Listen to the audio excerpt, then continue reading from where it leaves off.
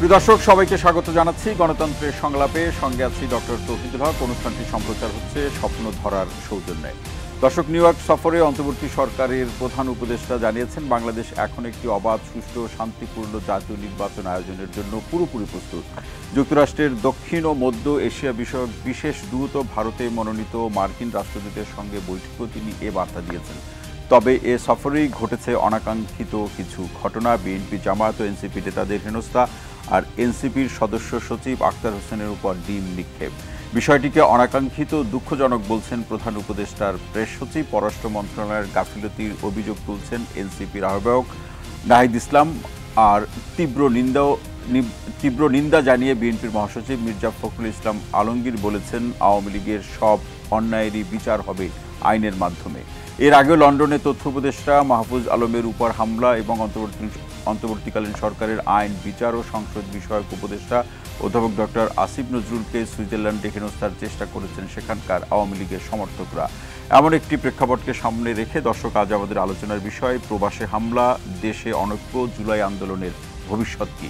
আর এই বিষয়ে আলোচনা করার জন্য স্টুডিওতে উপস্থিত আছেন বিএনপির জাতীয় নির্বাহী কমিটির সদস্য শেখ রবিউল আলম, জাতীয় নাগরিক পার্টি এনসিপির যুগ্ম সদস্য সচিব মশিউর রহমান, গণ অধিকার পরিষদের সিনিয়র সহ সভাপতি ও মুখপাত্র ফারুক হাসান, ইউথ লিডার এবং অ্যাক্টিভিস্ট ও কলামিস্ট ডাক্তার রাকিব আল হাসান। এছাড়াও অনলাইনে আমাদের সঙ্গে যুক্ত আছেন ঢাকা বিশ্ববিদ্যালয়ের ছাত্র শিবিরের সাবেক সভাপতি অ্যাডভোকেট শাহ মাহফুজুল হক।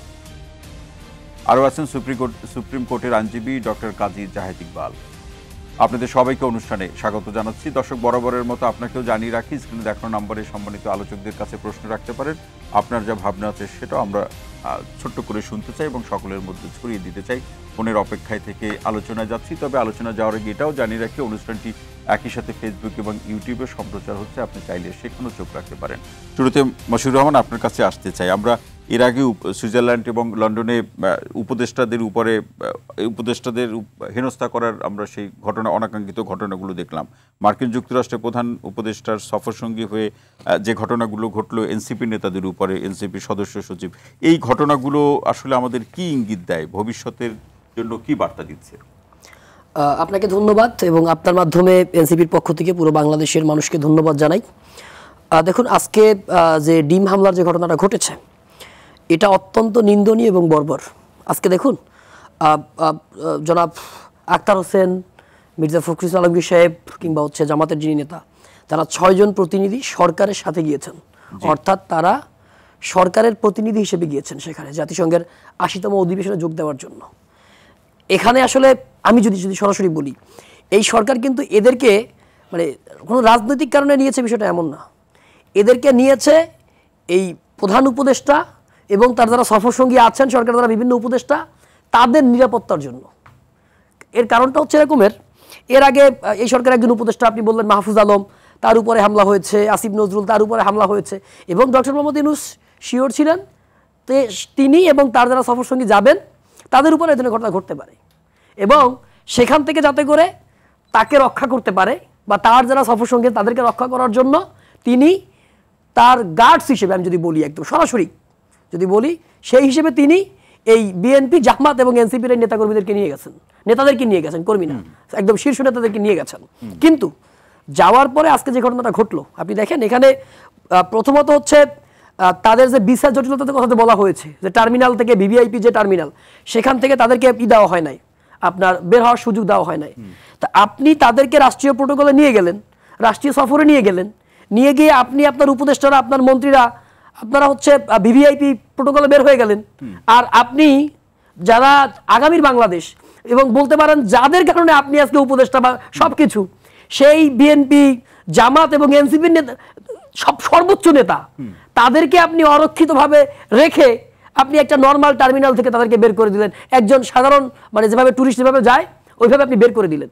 এবং সবচেয়ে অনাকাঙ্ক্ষিত দুঃখজনক ঘটনা হইলো, আপনি যখন তাদেরকে ভিভিআইপি গেট থেকে বের করতে পারলেন না, তখন আপনার উচিত ছিল, যেহেতু ওখানে এনসিপি বলেন, জামাত ইসলাম বলেন, বিএনপি বলেন, 3টে দলেরই নেতাকর্মী ওখানে ছিল, তারা যখন মিস ইনফরমেশন পেয়েছে, অর্থাৎ তারা যে টার্মিনালে অবস্থান করছিল, আপনাদের উচিত ছিল তাদেরকে সেই টার্মিনাল দিয়ে বের করার ব্যবস্থা করা, অন্যথায় এখানে অবস্থান করা না। যে টার্মিনাল দিয়ে আমাদের প্রধান উপদেষ্টা সফর সঙ্গীরা বের হলেন, সেটা আওয়ামী লীগের নেতাকর্মীরা জানলো কিভাবে? এই প্রশ্নটি কিন্তু আমি ওই টার্মেই আসতেছি। আর দেখুন, আপনি সেটা নিশ্চিত করলেন না, অর্থাৎ তাদেরকে সম্পূর্ণ অরক্ষিত একটা টার্মিনাল থেকে তাদেরকে বের করলেন। এখন সেখানে কিন্তু দেখেন কারা জানে, সেখানে আওয়ামী লীগের নেতাকর্মীরা জানে যে তারা এখান থেকে বের হবে, কিন্তু বিএনপি, এনসিপি বা জামাত ইসলামের, সম্ভবত জামাত ইসলামের নেতাকর্মীরা জানতো, জামাতের নেতাকর্মী ওখানে ছিল, কিন্তু বিএনপি এবং এনসিপি এই দুইটা দলের নেতাকর্মীরা জানতো না তিনি ওখানে বের হবেন। এখন এই তথ্য কিভাবে ফাঁস হলো? ওখানকার যে কনসুলেট জেনারেল যিনি আছেন, এবং আজকে একটা বের হয়েছে, ওখানকার সেই কনসুলেটে যারা কাজ করেন বা চাকরি করেন, বের হয়েছে সেখানে অধিকাংশই সাবেক ছাত্রলীগের নেতা, সাবেক ছাত্রলীগের নেতা, তারা ওইখানকার কনসুলেট জেনারেলের বিভিন্ন বড় বড় পদে চাকরি করেন। এখন ইভেন এই সিদ্দিকী নাজমুল আলমের মতো যে লোক, তার কমিটিতে পোস্টেড ছিল, এবং আমি ফেসবুকে দেখেছি যে পুরো ডিটেলস সহ কোন সাবজেক্টে পড়াশোনা করছে, কোন ব্যাচে পড়াশোনা করছে, কোথায়, ডিটেলস সহ এসছে। তাহলে আপনি দেখেন, আপনি মার্কিন যুক্তরাষ্ট্রের মতো একটা জায়গায় আপনি আওয়ামী ফ্যাসিবাদের যারা দোসর বা সরাসরি ছাত্রলীগ করছে তাদেরকে আপনি নিয়োগ, মানে তাদের তো এই আমলে নিয়োগ দেওয়া না, আওয়ামী লীগের আমলে নিয়োগ দেওয়া ছিল, তাদেরকে আপনি ওখান থেকে না সরাইয়া আপনি বরঞ্চ কি করলেন, আপনি দফায় দফায় আপনার এই বিএনপি নেতাকর্মীদেরকে, বিএনপি নেতাদেরকে, এনসিপি নেতাদেরকে আজকে হেনস্থা হওয়ার এবং দিলেন। এটা হচ্ছে এই সরকারের দূরদর্শিতার অভাব। অসংখ্য ধন্যবাদ। আমরা আলোচনা শুনবো। শেখ রবিউল আলম ভাই, আপনার কাছে আসতে চাই যে এই পরিস্থিতি যেটা বললেন মশিউর রহমান, যে আসলে এই আমাদের সফর সঙ্গীরা যে অনাকাঙ্ক্ষিত ঘটনার মধ্যে পড়লো, এটাকে তিনি প্রধান উপদেষ্টার একটা সেফগার্ড হিসেবে তিনি চিন্তা করলেন যে তাদের উপরে দিয়ে হামলা হয়েছে, প্রধান উপদেষ্টা যথাযথ ব্যবস্থা গ্রহণ করেনি। এই পরিস্থিতির আলোকে যদি আপনার কাছে প্রশ্নটি রাখে যে আসলে পরিস্থিতি কোন দিকে যাচ্ছে, বিশেষ করে জুলাই গণঅভ্যুত্থানের যে আকাঙ্ক্ষা এবং এই সরকারের মধ্যে দিয়ে তার যে বাস্তবায়নের যে রূপরেখা তৈরি হওয়া, সেই পরিস্থিতি কোন দিকে যাচ্ছে? না, ধন্যবাদ আপনাকে। প্রিয় সহালোচক যারা আছেন এবং যারা আরটিভির সাথে যুক্ত আছেন, আমি জুলাই আকাঙ্ক্ষা বাস্তবায়ন ভেঙে পড়েছে সেভাবে দেখতে চাচ্ছি না। সেই লক্ষ্যে আমাদের পৌঁছাতেই হবে এবং সেই ট্র্যাকে আমরা আছি। সব রাজনৈতিক দলও আছে, দেশবাসীও আছে, অন্তর্বর্তীকালীন সরকারও আছে। কিন্তু সমস্যাটা হচ্ছে অন্তর্বর্তীকালীন সরকার তার উপর অর্পিত দায়িত্ব পালনে বারংবার ব্যর্থ হচ্ছে। এটা রাষ্ট্রের ব্যর্থতাও বলতে পারেন, সরকারের ব্যর্থতা বলতে পারেন, পররাষ্ট্র দপ্তরের সম্পূর্ণ ব্যর্থতা। কারণ আপনি জাতিসংঘের একটা সাধারণ অধিবেশনে যাচ্ছেন, আপনার সফরসঙ্গীদের নিরাপত্তা সেখানে আপনি রাখতে পারছেন না, তাই এটা তো রাষ্ট্রের ফেইলিওরিটি, একে অস্বীকার করবেন। এবং এর আগে লন্ডনে হয়েছে, নতুন প্রথম হলেও ভাবতাম যে না, সরকার প্রেডিক্ট করতে পারেনি, এর আগে অন্য অন্য জায়গায় হয়েছে। তো কি মেসোর্স আপনি নিয়েছেন, কি পদক্ষেপ আপনি নিয়েছেন? তো একটি রাষ্ট্রে গণতন্ত্র ধরেন আমেরিকাতে আছে, প্রতিবাদ করার সুযোগ সেখানে অবাধে থাকে, কেউ অ্যাসল্ট না হওয়া পর্যন্ত পুলিশ পদক্ষেপ নেয় না, ঠিক আছে, কিন্তু তার আগেও তো একটা প্রাক প্রস্তুতি এবং কিছু ইনিশিয়েটিভ নেওয়া যায় যে যারা যাবে তাদের নিরাপত্তা নিশ্চিত করার দায়িত্ব তো সরকারের থাকে। যার ফলে এই ঘটনা যেভাবে বাড়ছে এবং যেভাবে চলছে, সে দায় সরকারকে নিতে হবে প্রথমত। দ্বিতীয়ত, এটার প্রতিবাদের জায়গা নেই, এটা প্রতিরোধের জায়গা চলে যাচ্ছে, প্রতিরোধ করতে হবে। জাতি একই ফ্যাসিবাদের পতন ঘটিয়েছে, জাতীয় আকাঙ্ক্ষা পূরণ করবার জন্য একটা অন্তর্বর্তীকালীন সরকার আমরা গঠন করেছি। সেই সরকারকে সফল করার জন্য সব রাজনৈতিক বিদেশের মাটিতে ফ্যাসিবাদকে কিভাবে মোকাবেলা করবে? কেন বিদেশের মাটিতে ফ্যাসিবাদ মোকাবেলা করার জন্য বিদেশি মাটিতে আমাদের অবস্থান আছে না? আমাদের সরকারের ইনিশিয়েটিভ নেওয়ার সুযোগ আছে না? আমরা গণতান্ত্রিক বিশ্বে গ্লোবাল ভিলেজের রাষ্ট্র না? আমার নাগরিক, আমার সফর সঙ্গী আমেরিকাতে অ্যাসল্ট হয়ে যাবে বা ধরেন নিরাপত্তাহীনতায় ভুগবে, তাহলে সরকারের তার দরকারটা কি? আর সরকারের সফলতা কোথায়? সরকার সোচ্চার কোথায়? মার্কিন যুক্তরাষ্ট্র আমার দেশের লোককে নিরাপত্তা দিতে বাধ্য না? তার রাষ্ট্রীয় সফর সঙ্গী, জাতিসংঘের সফর সঙ্গী, তার দায় রয়েছে না? মার্কিন যুক্তরাষ্ট্রের জবাবদিহিতা রয়েছে মার্কিন যুক্তরাষ্ট্রের আমাদের কাছে। যদি সে আমাদের নিরাপত্তা দিতে না পারে, মার্কিন যুক্তরাষ্ট্রে যদি ব্যর্থ হয়ে যায়, তো সেটা তো সরকারকে ভাবতে হবে কিভাবে সেটা নিশ্চিত করা যায়। আর সরকার সেভাবে নিশ্চিত না হয় কেন সফর সঙ্গী এভাবে সে নির্ধারণ করে? এটা তো তার অযোগ্যতা, এটা তো তার ব্যর্থতা। এখন ধরেন আপনি আসবেন, এরপর বলবেন যে না, ফ্যাসিবাদী আমরা দেখছি, আমরা ফ্যাসিবাদ মুক্ত বাংলাদেশ গড়ব, আমরা সব রাজনৈতিক দলের সহযোগিতা চাই, বিচার করব। তো এভাবে তো এই যে আস্ফলন চলছে ধরেন আওয়ামী লীগের, সেই আস্ফলন দেখার জন্য, মানার জন্য আর সাফার করার জন্য আমরা তো সংগ্রাম করিনি। আমরা তো ফ্যাসিবাদের বিরুদ্ধে জাতি হিসেবে এক। হ্যাঁ, আমাদের মধ্যে ভিন্নতা থাকবে, আমাদের নির্বাচন নিয়ে কৌশল থাকবে, দাবি থাকবে। সেই ভিন্নতা বা অনৈক্যের সুযোগটা কি ফেসিবাদের যারা বাইরে আছেন, বিদেশে আছেন, তারা কি এই সুযোগটা নিচ্ছে না? উৎসাহিত হচ্ছে কিছুটা। কিন্তু আমি এখনো পর্যন্ত সেই দায় রাজনৈতিক দলগুলির মধ্যে আমি দিতে চাই না, কারণ রাজনৈতিক দলগুলি এই অবস্থান নিয়ে তাদের যে পলিসি সেটা নিয়ে বার্গেনিং করার অধিকার রাখে। কিন্তু আপনি দেখবেন বৃহত্তর স্বার্থে আমরা জুলাই সনদ প্রায় চূড়ান্ত করেছি, প্রায় চূড়ান্ত।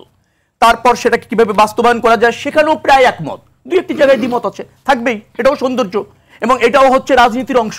এবং সেই ভিন্নতা নিয়ে আমরা জনগণের কাছে যাব, সে জায়গাও তো আমাদের সেই ইস্যুগুলি লাগবে, সেটা ঠিক আছে। কিন্তু জুলাই সনদের উদ্দেশ্যটা কি ছিল? যেটা এই জুলাই বিপ্লব যদি আপনি বলেন উদ্দেশ্য কি? জনগণের ক্ষমতায়ন। উদ্দেশ্য হচ্ছে কি? উদ্দেশ্য হচ্ছে যে আপনি ধরেন গণতন্ত্র, আর হচ্ছে একটা জবাবদিহিমূলক সরকার গঠন করা। তো সেই জায়গায় যদি আমাদের এগোতে হয়, রাজনৈতিক দলগুলির মধ্যে যে যতটুকু অনৈক্য আছে আমি বলি, হ্যাঁ সেটা এটা হতে পারে যে ওই পতিত ফ্যাসিবাদীকে উৎসাহিত করে, সরকারের লক্ষ্য অর্জনের ক্ষেত্রে কিছুটা বাধা তৈরি করতে পারে, এবং আমাদের মধ্যে যে জাতীয় ঐক্য আছে সেটা সম্পর্কে রাজনৈতিক দলগুলির মধ্যে বুঝাবুঝি ভুল হলো, সাধারণ মানুষের মধ্যে একটা ধরেন ভুল বুঝাবুঝি তৈরি হতে পারে, রাজনৈতিক দলের মধ্যে বুঝাবুঝি না, কিন্তু আরেকটা বাক্য দিয়ে আমি শেষ করি। আর আরেকটা জায়গাটা হতে হবে, সেটা হচ্ছে যে এই দ্বন্দ্বটা যদি রাজনৈতিক দলের মধ্যে বাড়তেই থাকে, অবিশ্বাস যদি বাড়তে থাকে, তাহলে যেটা হবে জনগণ আশাহত হবে। জনগণ আশাহত হলে যে কোনো দলের রাজনীতি, যারা জনবান্ধব রাজনীতি করছে না, জনগণের স্বার্থ ধারণ করে দাবি করছে না, সহযোগিতা করছে না, তাদের রাজনীতি ঝুঁকি। শেখ রবিউল আলম, অসংখ্য ধন্যবাদ। ডক্টর কাজী জাহিদ ইকবাল, নিশ্চয়ই আপনি শুনতে পাচ্ছেন আমাকে এবং আমাদের দুজন সম্মানিত আলোচকের আলোচনা আপনি শুনছিলেন। এই প্রসঙ্গ বা এই যে অনাকাঙ্ক্ষিত ঘটনা, আমরা খুবই তীব্র নিন্দা জানাই, আমরা শুরুতেই সেটি উল্লেখ করেছি, এবং পাশাপাশি এটি মোকাবেলা করা বা প্রতিবাদ বা প্রতিরোধের জায়গাতে এখনো আছে নাকি একেবারে রাজনৈতিক দলগুলোর মধ্যে যে অনৈক্যের প্রসঙ্গ আছে সেই সুযোগটি কাজে লাগাচ্ছে ফ্যাসিবাদী শক্তি? এখন এটি মোকাবেলা করার প্রশ্নে যে ঐক্যের জায়গায় হয়ে লড়াইয়ের করা এবং একই সাথে আইনগতভাবে মোকাবেলা করার কোনো উপায় আছে কিনা সেটি শুনতে চাই আপনার কাছে। একটা কথা আমি প্রথমে বলি, সেটা হলো যে কথাটা বলছিলেন আমার আগে, যে আপনার রাজনৈতিক দলগুলোর মধ্যে মত পার্থক্য বা আদর্শিক বা তাদের এজেন্ডা ভিত্তিক যে পার্থক্য সেটা থাকবে, এবং এটা গণতন্ত্রের সৌন্দর্যের মধ্যে পড়ে। সুতরাং সেটা আসলে মৌলিক জায়গাগুলোতে ডিফারেন্স অফ অপিনিয়ন সেরকম মনে করার কোনো কারণ নেই। কারণ হলো তাদের তো প্রত্যেকটা রাজনৈতিক দলের নিজস্ব একটা আদর্শিক অবস্থান আছে, এবং সেই আদর্শিক অবস্থানের উপর দাঁড়িয়ে তারা রাজনীতি করেন। এবং সুতরাং তাদের মধ্যে এখন যে ডেমোক্রেটিক পরিস্থিতি এবং নির্বাচন সামনে, সেরকম একটা জায়গায় তারা নিশ্চিতভাবেই একজন আরেকজনের সঙ্গে যে আদর্শিক কন্ট্রাডিকশন বা এই ধরনের যে বিষয়গুলো, এটা খুবই একটা স্বাভাবিক ব্যাপার। আমার মনে হয় সেটাকে অনৈক্য হিসাবে না দেখে সেটা ডেমোক্রেসির একটা বহিঃপ্রকাশ হিসাবে দেখা যেতে পারে, এটা একটা কথা। কিন্তু সেটাকে আপনি গণতন্ত্রের জন্য লড়াই হিসাবে দেখছেন বা এক ধরনের আলোচনা, সেটাকে আমার মনে হয় না যে আপনার অন্য কোনো ভাবে দেখে যে তাদের মধ্যে একটা বড় ধরনের দ্বন্দ্ব এরকম মনে করার কোনো কারণ নেই, কারণ মৌলিক বিষয়গুলোতে তারা নিশ্চয়ই একমত থাকবেন, সেটা একটা দিক। আর আরেকটা দিক হলো যেটা আইনগত জায়গায় কথা বলছিলেন, দুটো বিষয় আমাদেরকে মনে রাখতে হবে। যদি এই ইস্যুতে আমরা আইনগত জায়গাটা বলি, তাহলে আন্তর্জাতিক আইনের প্রশ্নটা আসবে, যে জায়গাটাতে আপনার এই আমাদের ডিপ্লোম্যাটিক ইমিউনিটি শব্দটা আমি যদি ব্যবহার করি, এই প্রোটেকশন দেওয়ার দায়িত্ব কিন্তু হোস্ট রাষ্ট্রের। অর্থাৎ আপনি যদি জাতিসংঘের কথাটাও বলেন, জাতিসংঘ কিন্তু হোস্ট রাষ্ট্র মার্কিন যুক্তরাষ্ট্র, এবং আপনি যদি কোনো দেশে বেড়াইতে যান, মানে যদি অফিসিয়ালি যান কোনো ট্যুরে, তাহলে সেই রাষ্ট্রের দায়িত্ব হলো নিরাপত্তা বিধান করা ইত্যাদি। তো এইটা হচ্ছে ডিপ্লোম্যাটিক যে আপনার প্রসিডিওর গুলো আছে, এবং এটা কিন্তু চুক্তিবদ্ধ 1965 সালের একটা চুক্তি আছে, আপনি জানেন এই রাষ্ট্রগুলোর মধ্যে। তো এই চুক্তির আওতায় একটা রাষ্ট্র আর একটা রাষ্ট্রের যারা ডিপ্লোম্যাটিক কাজের জন্য আসেন অথবা ট্যুরে আসেন অফিসিয়ালি, তাদেরকে প্রোটেকশন দেওয়া, তাদের নিরাপত্তা বিধান করা ইত্যাদি, এগুলো সবই ওই রাষ্ট্রের হোস্ট রাষ্ট্রের দায়িত্বের মধ্যে পড়ে। এখন প্রশ্ন হলো যে বাংলাদেশ নিশ্চয়ই প্রশ্ন করতে পারে যে সেই জায়গায় কোনো গাফিলতি হলো কিনা, এটা আন্তর্জাতিক আইনের জায়গাটা থেকে। মানে সেটা তো বুঝলাম যে ডক্টর জাহিদ ইকবাল ভাই, কাজী জাহিদ ইকবাল ভাই, সেটা হচ্ছে যে আমাদের ব্যর্থতা, যেটা আমাদের যেটা অ্যাপিল করা মার্কিন যুক্তরাষ্ট্রকে যে যথাযথ ব্যবস্থা তারা যেন নেন। না, সেই আলোচনা, আপনার এই আলোচনার সাথে আরেকটি ছোট্ট প্রশ্ন, যেটা আমাদের শেখ রবিউল আলম বলছিলেন যে সরকার এবং বিশেষ করে পররাষ্ট্র মন্ত্রণালয় কিংবা সেখানকার যে আমাদের পররাষ্ট্র দপ্তর আছে, তাদের যে প্রস্তুতি, তাদের যে ভূমিকা, সেই জায়গাতে কতটুকু সক্রিয়তা দেখছেন? আমি এখানেই আসছিলাম যে দুটো প্রশ্ন। একটা তো ওইটা আপনি বললাম যেটা আন্তর্জাতিক আইন কাভার করে, আর একটা আমাদের নিজেদের যে বিষয়টা, মানে বাংলাদেশের ইস্যু, যেটা যে কাজটা বাংলাদেশের করা দরকার ছিল। এইখানে দুটো অংশ। একটা হলো যে যারা আমাদের রিপ্রেজেন্টেটিভ ওখানে আছেন, স্থায়ীভাবে থাকেন, আমাদের রাষ্ট্রদূত বা কনসুলার জেনারেল বা অন্য যারা আছেন, তারা আসলে আমাদের কোনো হাই প্রোফাইল টিম যদি সেই রাষ্ট্রে সাপোর্ট করেন, তাদের কিছু রেসপন্সিবিলিটি আছে এবং সিরিয়াসলি আছে। সেই জায়গাটাতে তারা কোনো গাফিলতি করলেন কিনা, করেছেন বলেই তো মনে হচ্ছে, কারণ একটা ঘটনা তো ঘটেছে। সুতরাং সেই জায়গাটা একটা তদন্তের বা সেটা রাষ্ট্রের দায়িত্বের মধ্যে পড়ে বা সরকারের দায়িত্বের মধ্যে পড়ে, সেটা দেখা যে ওইখানে কোনো ভুল ভ্রান্তি হয়েছে কিনা। আরেকটা হলো এটা কিন্তু অফেন্স কমিটেড হয়েছে বাংলাদেশি আইন অনুসারে, কারণ বাংলাদেশের নাগরিক এবং বাংলাদেশের মানে সরকারের লোকজন যারা অফিসিয়াল ট্যুরে গিয়েছিলেন তারা আক্রান্ত হয়েছেন। সুতরাং বাংলাদেশি ল যেটা আছে সেই আইন অনুসারেও কিন্তু এটা আপনার অফেন্স হয়েছে। সুতরাং সেই দিকটা বাংলাদেশের অভ্যন্তরীণ আইনের আওতায় দেখতে পারে। জি, ডক্টর কাজী জাহেদ ইকবাল, অসংখ্য ধন্যবাদ। আরও আলোচনা শুনবো। আমি ফারুক হাসান, আপনার কাছে আসছে এই যে অনাকাঙ্ক্ষিত ঘটনা, সেক্ষেত্রে রাজনৈতিক দল কিংবা নাগরিকদের মধ্যে আমরা যে প্রতিক্রিয়া লক্ষ্য করছি, এবং বিশেষ করে রাজনৈতিক দলের যে প্রতিক্রিয়া বা ব্যবস্থা গ্রহণের যে প্রসঙ্গে সরকারকে জানানো বা আহ্বান করা, বা একই সাথে অনেক সময় এই প্রসঙ্গগুলোতে চাপ প্রয়োগ করা দ্রুত ব্যবস্থা গ্রহণের প্রসঙ্গে, এটি কি রাজনৈতিক দলের এই প্রতিক্রিয়া ব্যক্ত করার মধ্যেই সীমিত থাকবে কিনা? আমরা এর আগের ঘটনাগুলোতে কিন্তু খুব যে ব্যবস্থা গ্রহণ হচ্ছে সেটা আমরা লক্ষ্য করিনি। ধন্যবাদ আপনাকে। দেখুন, এই যে আজকে নিউ ইয়র্কে যে ঘটনাটি ইতিমধ্যে ঘটেছে, এটা আসলে মানে কোনোভাবেই আমরা ভালো অ্যাঙ্গেল থেকে এটাকে আমরা আসলে মানে ব্যাখ্যা করার কোনো সুযোগ নেই। প্রথমেই বলে রাখি যে এই সরকার যে একটা সরকার, তারা যে সরকারের চেয়ারে, এটা আসলে এই সরকার এখন পর্যন্ত আসলে বুঝতে পারছে না। নিজেরা তারা যে সরকার, যেমন ধরেন এই ঘটনার পরে সরকার একটা বিজ্ঞপ্তি দিয়েছে, সেখানে তারা এভাবেই লিখছে যে এই ঘটনাটি অনাকাঙ্ক্ষিত এবং দুঃখজনক। মানে সরকারের চেয়ারে বসে যখন একটা ঘটনা ঘটার পরে অনাকাঙ্ক্ষিত, দুঃখজনক, আমরা তীব্র নিন্দা জানাই, বিচার দাবি করছি ইত্যাদি এই ধরনের শব্দ চয়নের মাধ্যমে তারা আসলে কোনো একটা প্রেস নোট কিংবা প্রেস বিজ্ঞপ্তি দেয়, তার মানে বুঝতে বাকি থাকে না যেটা আসলে কি ধরনের সরকার, কোন প্রক্রিয়ার সরকার, কোন কাঠামোর সরকার। তো সেই জায়গা থেকে সরকার যে সরকার, এই সরকার নিজেও জানে না।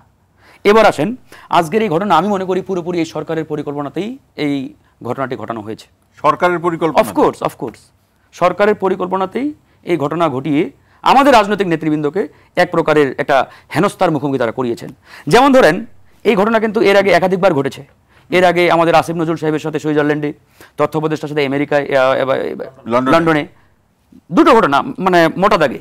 তো এখান থেকে এই সরকার তো পরিষ্কার যে দেশের বাইরে যখনই সরকারি কোনো সফরে সরকারের দায়িত্বশীল ব্যক্তিরা যান, সেখানে এরকম অনাকাঙ্ক্ষিত, অনভিপ্রেত কিংবা এরকম দুঃখজনক ঘটনা ঘটবেই।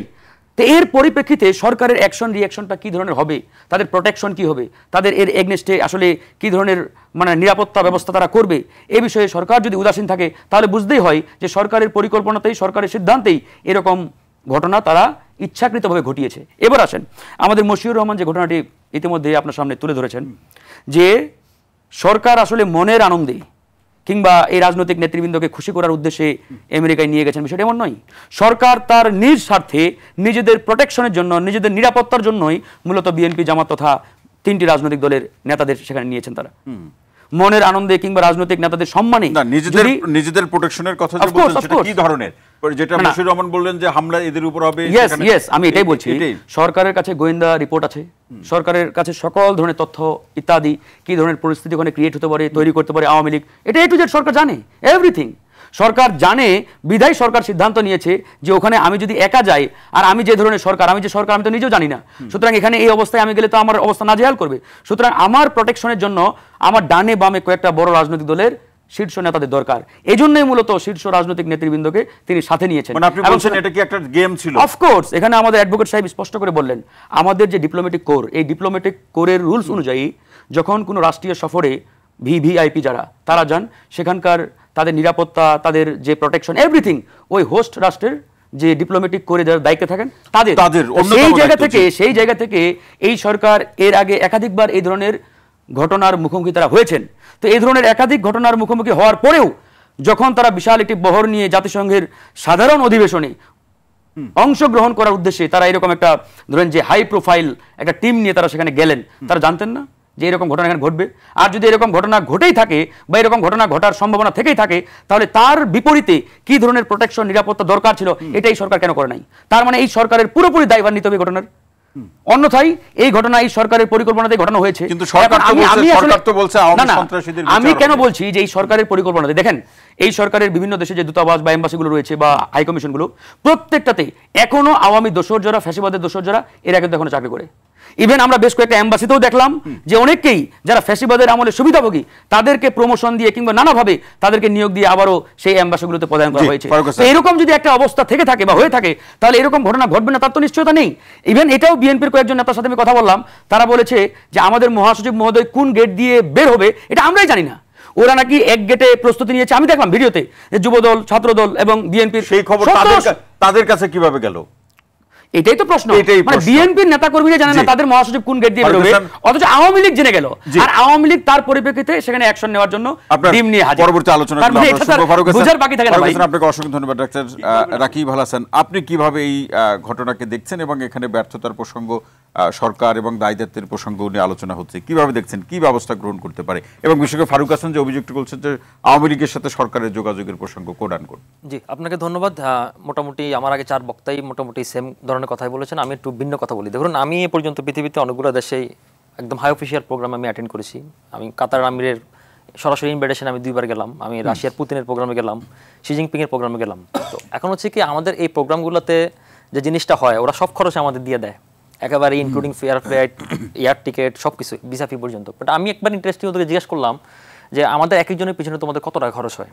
তো ওরা যখন খরচটা বললো তখন আমি অবাক করলাম, এত টাকা কীভাবে খরচ হয়? তো আমি হিসাব করে দেখলাম যে আমাদের প্লেন ফেয়ার, হোটেল টিকিট কিংবা থাকা খাওয়ার যে খরচ, তার চেয়ে 2 গুণ 3 গুণ বেশি খরচ করে ওরা সিকিউরিটিতে। মানে আমাদেরকে যে ওরা পৃথিবীতে যে ডেলিগেটগুলো আনতেছে, এটা সবচেয়ে বেশি খরচ করার সিকিউরিটিতে। তার মানে আপনি যদি পৃথিবীতে কোনো ডেলিগেশন আপনি আনেন, কোনো হাই অফিসিয়াল ব্যক্তিকে আনেন বা কোনো প্রোগ্রাম কনফারেন্সে করেন, আপনার ফার্স্ট কনসার্ন হচ্ছে সিকিউরিটি। এটা হচ্ছে ফার্স্ট সিকিউরিটি, ফার্স্ট ম্যান্ডেট। এখন হচ্ছে ধরুন এই কথাটার উদ্দেশ্যটা এখানে, ধরেন ওনারা সবকিছু বলেছেন যে ওনাদেরকে কেন নিয়ে গেল ডক্টর ইউনূসের প্রোটেক্টিভ মেজার হিসেবে। এখানে 2টা ব্যাখ্যা আছে, আমি ব্যাখ্যা দিচ্ছি আপনাকে সবকিছু। সেটা হচ্ছে ধরুন আপনার ডক্টর ইউনূস উনি এটা আমার সাথে আমি একমত, এটা দ্বিমত করার কোনো সুযোগ নেই, যে সেটা হচ্ছে কিন্তু উনি দেখতেছেন যে একটা হেনস্থার শিকার হতে পারে এবং ডক্টর ইউনূসের যে পরিমাণ একটা ইমেজ, সেই ইমেজটা ক্ষুণ্ণ হতে পারে। হ্যাঁ, তো সে কারণে উনি আসলে চালাকি করে 3 দল থেকে উনি আসলে প্রথমে 4 জন, পরে ব্যালেন্স করার জন্য 2 জন করে 6 জন করে উনি নিচ্ছেন। তো এটা খুব ভালো, এটা ওনার প্রোটেক্টিভ মেজার হিসেবে ভালো। এটা হচ্ছে একটা ইস্যু। সেকেন্ড ইস্যু হচ্ছে কি, ধরুন ডক্টর ইউনূস এখানে জাতিসংঘের অধিবেশন হচ্ছিল, একটা জেনারেল অ্যাসেম্বলি, পৃথিবীর প্রত্যেকটা দেশ থেকে প্রতিনিধিরা জয়েন করতেছেন। এখানে ধরুন এই 3 দলের কাজটাকে আমি এখন ক্লিয়ার না। বাট এখানে মূল ইস্যুটা সবাই মিস করে যাচ্ছে, এটার আড়ালে ওটা মিস হয়ে যাচ্ছে আরো বেশি। সেটা হচ্ছে কি, দেখুন ডক্টর ইউনূস সেখানে গিয়ে উনি দেখাবেন যে দেখেন আমি যত কিছুই করতেছি না, ভুল ভ্রান্তি যত কিছুই হোক না, আমার প্রত্যেকটা সিদ্ধান্তের সাথে প্রত্যেকটা রাজনীতি দল একমত। আমি বলছি তারা 3 জন এখানে চলে আসছে, এই 3 জন কেন আসছে, তাদের কি কাজ, তারা নিজেরা কিন্তু জানে না। সুতরাং এই যে একটা পোর্ট্রে করার ব্যাপারটা, এটা কিন্তু ডক্টর ইউনূস গেইন করে ফেলছে অলরেডি। হ্যাঁ, এগুলো একটা ইস্যু। আর সেকেন্ড ইস্যু হচ্ছে কিন্তু ব্যর্থতার বিষয়গুলো আপনি দেখেন। আমি এটার ওনারা টুকটাক বলেছে, আমি একটু ক্লিয়ারলি বলি না, এটাকে এই যে অনাকাঙ্ক্ষিত ঘটনাকে অন্তর্বর্তী সরকারের সরকার কিংবা প্রধান উপদেষ্টার অর্জন হিসেবে দেখছেন? না, আমি এটা অর্জন, তাদেরকে নিয়ে যাওয়াটা অর্জন। আচ্ছা, এই যে ঘটনাটা ঘটলো এটা আরেক অর্জন, সেই অর্জনটা আমি ব্যাখ্যা করতেছি। আপনি দেখুন, আপনার সেখানে ওনারা বের হওয়ার কথা, আমি আপনাকে আরেকটা ক্লিয়ার করে বলি। ধরুন হচ্ছে কি, আপনার ইমিগ্রেশন গেটের বাইরে যে গেটটা, সেই গেট থেকে তাদেরকে নিতে পারতো না। আপনি বিবিআইপি গেট দিয়ে না হলে ওনারা হাই অফিসিয়াল যারা সরকার দায়িত্ব আছে তারা বের হয়ে গেলেন, তাহলে এদেরকে তো এখান থেকে বের হওয়ার কথা। সেই বের হওয়ার গেটটা ছিল 8 নম্বর গেট। এখন সে 8 নম্বর গেটে বিএনপি, এনসিপি, জামাতের অসংখ্য নেতাকর্মী সেখানে জড়ো হয়েছিল। বাট সেটা হুট করে পরিবর্তন হয়ে সেটা 4 নম্বর গেট দিয়ে তারা বের হলো, কিছু দূর হেঁটে। আপনি ভিডিও দেখলেন তাই না? কিছু দূর হেঁটে। সেই নিউজের তথ্য বিএনপি, এনসিপি কেউ জানে না, জামাত জানতো, আওয়ামী লীগ জানতো। আওয়ামী লীগের তারা কোথেকে জানলো, যারা হামলা করলো, যারা ডিম ছুঁড়ে মারলো, তাদেরকে সে তথ্যটা দিয়েছে বাংলাদেশের সেই ওয়াশিংটনের কনসুলেটের ব্যক্তিরা। তার মানে ওরা কারা? এখনকার ব্যাপারটা হচ্ছে, ধরুন আপনার এই কনসুলেট, তো আমি মনে করি এই ঘটনার পরে সরকার নিন্দা কেন জানাচ্ছে, সরকারের উচিত ইমিডিয়েটলি সবাইকে দেশে পাঠিয়ে দেওয়া, যে তোমরা গাট্টি কোটটা বাইরে দেশে চলে যাও। আরেকটা বিষয় হচ্ছে, ধরুন আমাদের এই তহিদ সাহেব যিনি পররাষ্ট্র উপদেষ্টা, মানে এখন ওনার সাথে কম্পিট হবে দীপমণির, যে বাংলাদেশের 54 বছর ইতিহাসে কে সবচেয়ে খারাপ পররাষ্ট্রমন্ত্রী। এখন এটা কিন্তু কম্পিউটার জায়গায় চলে আসছে, ওনার তো ইমিডিয়েটলি এখানে পদত্যাগ করা উচিত, কারণ বাংলাদেশের ইমেজ নষ্ট হচ্ছে। আর ওরা জাতা ব্যক্তি যায় নাই, 3টি পলিটিক্যাল পার্টি সর্বোচ্চ নেতারা গেল, পলিসি মেকাররা গেল। সুতরাং আমি শেষ করি, 10 সেকেন্ড শেষ করি, 10 সেকেন্ড শেষ করি। সুতরাং এই যে ব্যর্থতা, সেই ব্যর্থতাটা কিন্তু সরকার ঢাকতে পারে না, এবং এটা কিন্তু সরকার নিজে গেইন করলো, এই জিনিসটা সরকার অর্জন করে ফেললো। আর কিছু বলতে চাচ্ছিলাম, পরবর্তী আমরা শুনবো যে অ্যাডভোকেট শাহ মাহফুজুল্লাহ খন্দকার, আপনার কাছে আসতে চাই। এই আমাদের সম্মানিত আলোচকদের মধ্যে প্রায় অনেকেই যে সরকারের ব্যর্থতা কিংবা আমাদের পররাষ্ট্র মন্ত্রণালয়ে যাদের দায়িত্ব নেওয়ার কথা ছিল তাদের একটি বড় ব্যর্থতা হিসাবে দেখছেন যে তারা সতর্ক নয়, এবং পাশাপাশি অসতর্ক ছিল, এবং আওয়ামী যে নেতাকর্মীদের সাথে যারা মার্কিন যুক্তরাষ্ট্রে আছেন তাদের সাথে একটা যোগাযোগ, তথ্য আদান প্রদানের। আপনিও কি একই অভিযোগের প্রেক্ষাপটে দেখেন নাকি ভিন্নতা আছে দেখাতে? জি, ধন্যবাদ আপনাকে এবং আপনার মাধ্যমে আরটিভির সময় শ্রোতা মণ্ডলী এবং সহ-আলোচক বৃন্দ যারা শুনছেন এবং যারা উপস্থিত আছেন সবাইকে ধন্যবাদ জানাচ্ছি। আসলে যে বিষয়টা নিয়ে কথা হচ্ছে, এই বিষয়টা আসলে বাংলাদেশের বর্তমান প্রেক্ষাপটে, বিশেষ করে আজকে গতকালকের এই ঘটনাটা পুরো জাতিকে নাড়া দিয়েছে, এবং শুধু বাংলাদেশে নয়, এটা আন্তর্জাতিক অঙ্গনে একটা ব্যাপক আলোচিত বিষয় এবং সমালোচিত বিষয় হয়ে দাঁড়িয়েছে। বাংলাদেশের মান মর্যাদা সম্মান এখানে অনেকখানি ক্ষুণ্ণ হয়েছে আন্তর্জাতিক অঙ্গনে, আমি মনে করি। এবং যে বিষয়গুলো বলা হয়েছে আসলে অলমোস্ট সেম, যে আমাদের এখানে যারা কূটনৈতিক মিশনে যারা দায়িত্বে আছেন তাদের এখানে অনেক বড় ব্যর্থতা, তারা এই বিষয়টাকে টোটালি হ্যান্ডেলটা মিসম্যাচ করে ফেলেছেন, তারা এটাকে সঠিকভাবে হ্যান্ডেল করতে পারেন নাই। এবং আমার মনে হয় ডক্টর ইউনূস, যিনি আমাদের অন্তর্বর্তীকালীন সরকারের প্রধান, তিনিও তার নিরাপত্তার পাশাপাশি তার সাথে যারা সফর সঙ্গী আছেন তাদের নিরাপত্তার বিষয়টাকে আরো বেশি গুরুত্ব দিতে পারতেন। যেটি যদি তিনি ওইভাবে দেখতেন তাহলে তার সাথে অথবা অন্য ভিন্ন নিরাপত্তা বলয়টা আরো বেশি সুরক্ষা করা যেত। আর দ্বিতীয় বিষয় যেটা আমরা মনে করি সেটা হচ্ছে যে এখানে আসলে হোস্ট কান্ট্রি, যেটা হোস্ট কান্ট্রি ভিয়েনা কনভেনশন অনুযায়ী, আপনার এখানকার 27 ধারা অনুযায়ী অবশ্যই হোস্ট কান্ট্রি তারা নিরাপত্তার সকল ব্যবস্থা গ্রহণ করবে। কিন্তু আরেকটি বিষয় অ্যাডভোকেট শাহ মাহফুজুল্লাহ খন্দকার ভাই, সেটি হচ্ছে যে আমাদের ডাক্তার রাকিব আল হাসান যেটি বলছিলেন যে সেখানকার আওয়ামী লীগের নেতাকর্মীদের সাথে জামাতের একটি যোগাযোগ, আসলে কোন গেট দিয়ে বের হবে, কিভাবে হামলা করবে, এর একটা অভিযোগ কিন্তু ডাক্তার রাকিব রাখলেন। এই প্রসঙ্গে কি বলবেন?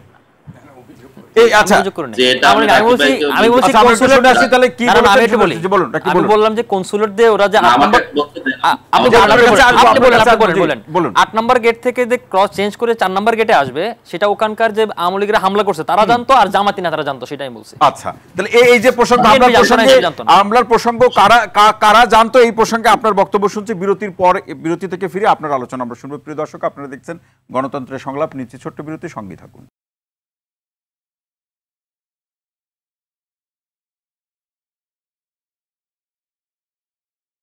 দেশটা মোদের বুকের ভেতর রাখা আছে। এই স্বপ্নগুলি দেশের সবচেয়ে বড় সম্পদ। আমরা বিশ্বাস করি এই স্বপ্নগুলিতেই তৈরি হবে স্বপ্নের বাংলাদেশ। স্বপ্ন ধরা, ধরনীর বুকে স্বপ্নের ঠিকানা।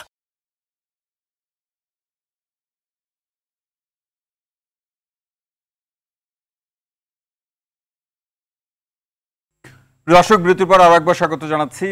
আপনারা দেখছেন গণতন্ত্রের সংলাপ অনুষ্ঠানে, এবং সঙ্গে আছে ডক্টর তৌহিদুল হক। যে বিষয়টি নিয়ে আজকে আলোচনা, প্রবাসী হামলা, দেশে অনৈক্য, জুলাই আন্দোলনের ভবিষ্যৎ কি, যে আলোচনা আমরা শুনছিলাম অ্যাডভোকেট শাহ মাহফুজুল্লাহ খন্দকার আপনার, এবং যে প্রশ্নটি রেখে যাওয়া, আসলে এই আন্দোলন, এই হামলার সূত্র ধরে কার সাথে কার যোগাযোগ, কিভাবে তথ্য, কে জানলো, কাকে জানালো, এই প্রসঙ্গ ধরে প্রশ্নটি রেখে যাওয়া, কি বলবেন এই প্রশ্নের প্রেক্ষাপটে? জি, ধন্যবাদ আপনাকে, আবারও ধন্যবাদ জানাচ্ছি শ্রোতা মণ্ডলী সহ সহ-আলোচক বৃন্দকে। আসলে আমি খুব আশ্চর্য হই আমাদের ডাক্তার রাকিব, যিনি আমাদের সহ-আলোচক, তার কথার মাধ্যমে আসলে আমাদের একটা মানে মজ্জাগত সমস্যায় পরিণত হয়েছে, যে কোনো সবকিছুতে জামাত শিবিরের দোষ খুঁজে বেড়ানো এবং জামাত শিবিরকে দায়ী করা, মানে এটা আমাদের একটা অস্থিমজ্জায় মানে ঢুকে গেছে রোগটা। মানে আজকে আপনি দেখেন এখানকার ঘটনায় জামাত শিবিরের লোকজনের উপস্থিতিটা, ডাক্তার তাহের, আমাদের সৈয়দ আব্দুল আহমদ তাহের নায়েব আমির, তাকে রিসিভ করার জন্য 8 নম্বর গেটে, সেখানে 5 শতাধিক নেতা কর্মী ছিল। তারপর কিছু স্বল্প সংখ্যক লোক 4 নম্বর টার্মিনালে সেখানেও ছিল, যাতে করে যে কোনো গেটে যদি কোনো প্রবলেম হয় তারা যেন দিতে পারে। কিন্তু মূলত 8 নম্বর গেটটাই মেজরিটি ছিল।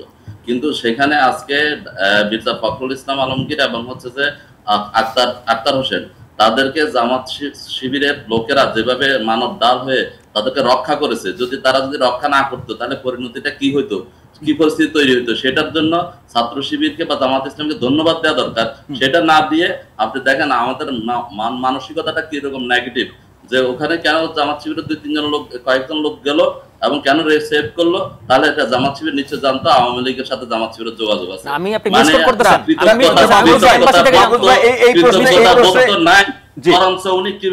আমি মিস করতেছেন, আমি জামাত শিবিরকে দোষারোপ দেই নাই, ন্যারেটিভও চেঞ্জ করে নাই, আমি ক্রেডিট দিচ্ছি আপনাদেরকে, আমি ক্রেডিট দিচ্ছি। আমি বলছি যে আপনারা জামাত যদি জানতেন তাহলে বাকি দলগুলো কেন জানলো না, বাকি দলগুলো কেন জানলো না, এমবাসি কেন ইনফর্ম করলো না? আমি আপনাকে দোষ দিচ্ছি না, ক্রেডিট দিচ্ছি।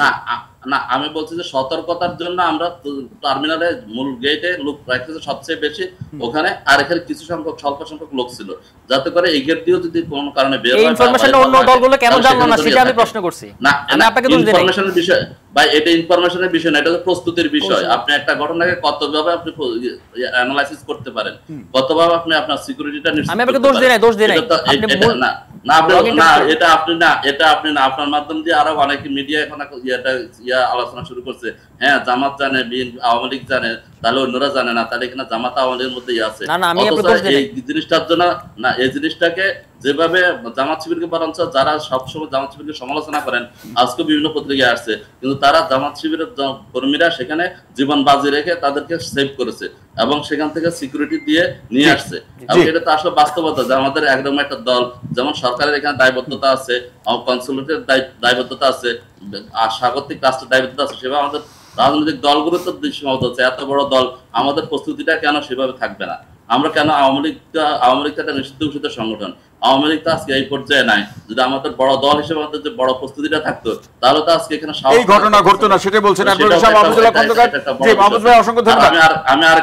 আমি আরেকটা বিষয় বলতে চাই, সেটা হচ্ছে যে আমার মনে হয় যে ঘটনাটা ঘটেছে এটা দৃষ্টান্তমূলক শাস্তি হওয়া উচিত এবং ভিয়েনা কনভেনশন অনুযায়ী স্বাগতিক রাষ্ট্রকে এটার জন্য জবাবদিহি করা উচিত, জিজ্ঞাসা করা উচিত তাদের দায়িত্বটা ঠিকমতো পালন করলো না।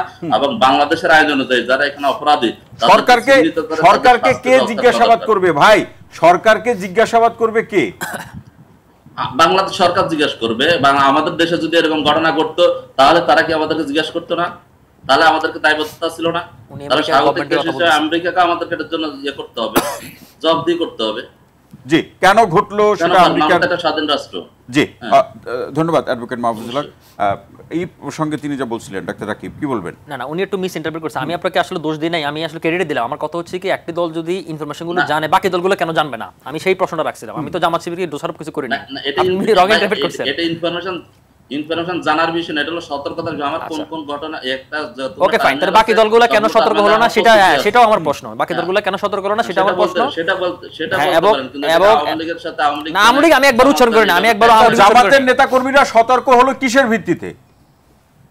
না, আমরা যে কোনো একটা ঘটনা, আমরা ধরেন যে কোনো একটা ঘটনায় যখন আমার নেতৃবৃন্দ যেখানে যায়, আমরা তো সেখানে আমাদের প্রয়োজনীয় সুরক্ষা ব্যবস্থা, আমার সিকিউরিটিটা আমার যতটুকু সামর্থ্য আছে সেটা দিয়ে আমি নিব। তাহলে সেখানে যে কয়টা গেট আছে সেই কয়টা গেটে আমার অবশ্যই প্রস্তুতি থাকবে। আমার সেই প্রস্তুতির অংশ হিসেবে আমার মেজরিটি যেখান দিয়ে বের হওয়ার কথা সেখানে আমার লোক ছিল, সেখান দিয়ে আমার ন্যূনতম কিছু লোক থাকা দরকার, অন্তত যদি কোনো ঘটনা ঘটে। কি বলবেন? সেটা তো তারা প্রস্তুতি হিসেবে দেখছে। এটা ডেফিনেটলি এটা একটা দলগত হিসেবে জামাত শিবির তারা যে পদক্ষেপ নিয়েছিল, বাকি দলগুলোর একই প্রস্তুতি থাকা উচিত ছিল। বড় দল হিসেবে বিএনপির থাকা উচিত ছিল। বিএনপির 8 নম্বর গেটে তারা দাবি করছে 750 থেকে 800 কর্মী রয়েছে, কিন্তু কনসুলেটের সাথে যেহেতু যোগাযোগ রয়েছে, কনসুলেট মানে তো বাংলাদেশ সরকার, তাই না? বাংলাদেশ সরকারের ওখানকার একটা রাষ্ট্রের প্রতিনিধি, তো সেই জায়গা থেকে এখানকার সবাই বাংলাদেশ রাষ্ট্রের প্রতিনিধি হিসেবে সেখানে গিয়েছিল। তারা কেন সেখানে যোগাযোগ করে? মিস কমিউনিকেশনটা ডেফিনেটলি পলিটিক্যাল পার্টির উপর দায়বদ্ধতায়। আপনি এবার হ্যাপি আনসারে? না, সেটা সে সন্তুষ্ট অসন্তুষ্ট সেটা পরে আপনার পর্যালোচনা। আমার পর্যালোচনা সেটা আমি আরেকটু যোগ করি। দেখুন হচ্ছে, ধরুন এই ঘটনাটা এক হিসেবে তো এটা খুব দৃষ্টান্তমূলক একটা ঘটনা এবং এটা দৃষ্টান্তমূলক শাস্তি হওয়া উচিত, কিন্তু এটার মাধ্যমে আরেকটা জিনিস উন্মোচিত হলো। সেটা হচ্ছে, ধরুন আওয়ামী লীগ যে কতটা বর্বরচিত লোক এবং তাদের ডিএনএতে যে কত বড় সমস্যা রয়েছে এবং তারা যে জন্মগত ফেসিস্ট, ক্ষমতা থাকাকালীন ফেসিস্ট, ক্ষমতার বাইরে ফেসিস্ট, সেটা আরেকবার প্রমাণিত হলো। পলিটিক্যাল ডিএনএতে। এবং আরেকটা জিনিস দেখুন, আপনি গত 5 আগস্টের পরবর্তী সময়ে যেটা হওয়ার কথা ছিল, যে আওয়ামী লীগের পতনের পর, ফেসিবাদের পতনের পর ফেসিবাদ টুকরো টুকরো হয়ে যাওয়ার কথা ছিল, আর আমরা সবাই ইউনাইটেড থাকার কথা ছিল, কিন্তু উল্টা আমাদের বাস্তবিক পলিটিক্যাল কালচার উল্টাটা হলো। আমাদের পলিটিক্যাল ঐক্যগুলো আমাদের যে অনৈক্য, আমাদের আপনার কাছে আজকে অনৈক্য, তাই না? জুলাই অনৈক্য। এখন হচ্ছে, ধরুন আমাদের এই যে পলিটিক্যাল শক্তিগুলো কিন্তু মানে বিচ্ছিন্ন হয়ে যাচ্ছে, অপোজিট পার্টিতে আপনি যদি দেখেন এই যে ফেসিবাদগুলো কিন্তু একত্র হয়ে যাচ্ছে, এটা কিন্তু আমাদের জাতীয় স্বার্থের জন্য ক্ষতি, জাতীয় নিরাপত্তার জন্য ক্ষতি, স্ট্র্যাটেজিক ওয়েতে ক্ষতি, আমাদের পলিটিক্যাল কালচারের জন্য ক্ষতি। কারণ পতিত ফেসিবাদ যদি আবার একত্র হয়ে যায় তখন কিন্তু আমাদের জুলাই অনেককে বলেন বা আমাদের কিন্তু এক্সিস্টেন্ট কিংবা আমাদের কিন্তু এই অস্তিত্ব কিন্তু তখন টান দিবে। এখন আমাদের কিন্তু এটা কিন্তু আমাদের অন্যান্য পলিটিক্যাল সবগুলো পলিটিক্যাল পার্টির জন্য কিন্তু একটা শিক্ষা এবং এই সরকারের জন্য শিক্ষা। কারণ এই সরকারের জন্য বড় শিক্ষা হচ্ছে কি এই সরকার পরবর্তীতে এই ধরনের স্টেপ নিবে কিনা, নিলেও সে কোন প্রসেসে নিবে, তার চেয়ে বড় বিষয় হচ্ছে কি যে আগামীতে যে একটা ইলেকশন আসতেছে বা জুলাই সনদ যে বাস্তবায়নের যে প্রক্রিয়া আসতেছে সেটা কিভাবে কতটুকু আন্ডারস্ট্যান্ডিং মাধ্যমে করবে। কারণ এখানে যদি লাস্ট মোমেন্টে যদি আন্ডারস্ট্যান্ডিং না হয় তাহলে কিন্তু পতিত ফেসিবাদ কিন্তু এখানে মাথা ছাড়া দিয়ে রয়ে গেছে। এটা কিন্তু একটা এক্সাম্পল দিল এবং এর মাধ্যমে কিন্তু আমাদের সারা বাংলাদেশের জাতিরা কিন্তু আবার দেখতে পেলো যে এই ফেসিস্ট আওয়ামী লীগ কতটা খারাপ, কতটা নিকৃষ্ট।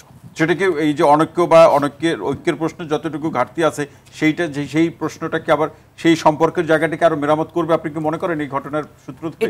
এটা এখন পলিটিক্যাল পার্টিগুলার আন্ডারস্ট্যান্ডিং করা উচিত। কারণ পলিটিক্যাল পার্টিগুলো দীর্ঘদিন থেকে ঐক্যমত কমিশনে তারা একটা কালচারের মধ্যে এনভায়রনমেন্টের মধ্যে তারা ডায়লগ করেছে, তারা ডিবেট করেছে। এর সাথে যুক্ত করে আপনি বলছিলেন ডাক্তার রাকিব যে আসলে কি এই তথ্য জানলো, কে সতর্ক হলো, এই যদি বাস্তবতা হয় অর্থাৎ আপনার এই তথ্য যদি সঠিক হয় তাহলে তো সেই জায়গাটা কতটা সেই যে সম্পর্কটা ভঙ্গুর যে ব্রোকেন যে সম্পর্ক সেটা কতটা রিপেয়ার করবে সেটা তো একটা প্রশ্ন না। সেটা হচ্ছে কি দেখুন আপনারা, সেটা হচ্ছে ধরুন আমাদের এই তথ্যটা কিন্তু মূলত জানছে কিন্তু কনসুলেট অফিস থেকে, তার মানে কনসুলেট অফিসটা কিন্তু এখন আওয়ামী ফেসিবাদে পরিপূর্ণ, আমি সেটা ইঙ্গিত করলাম।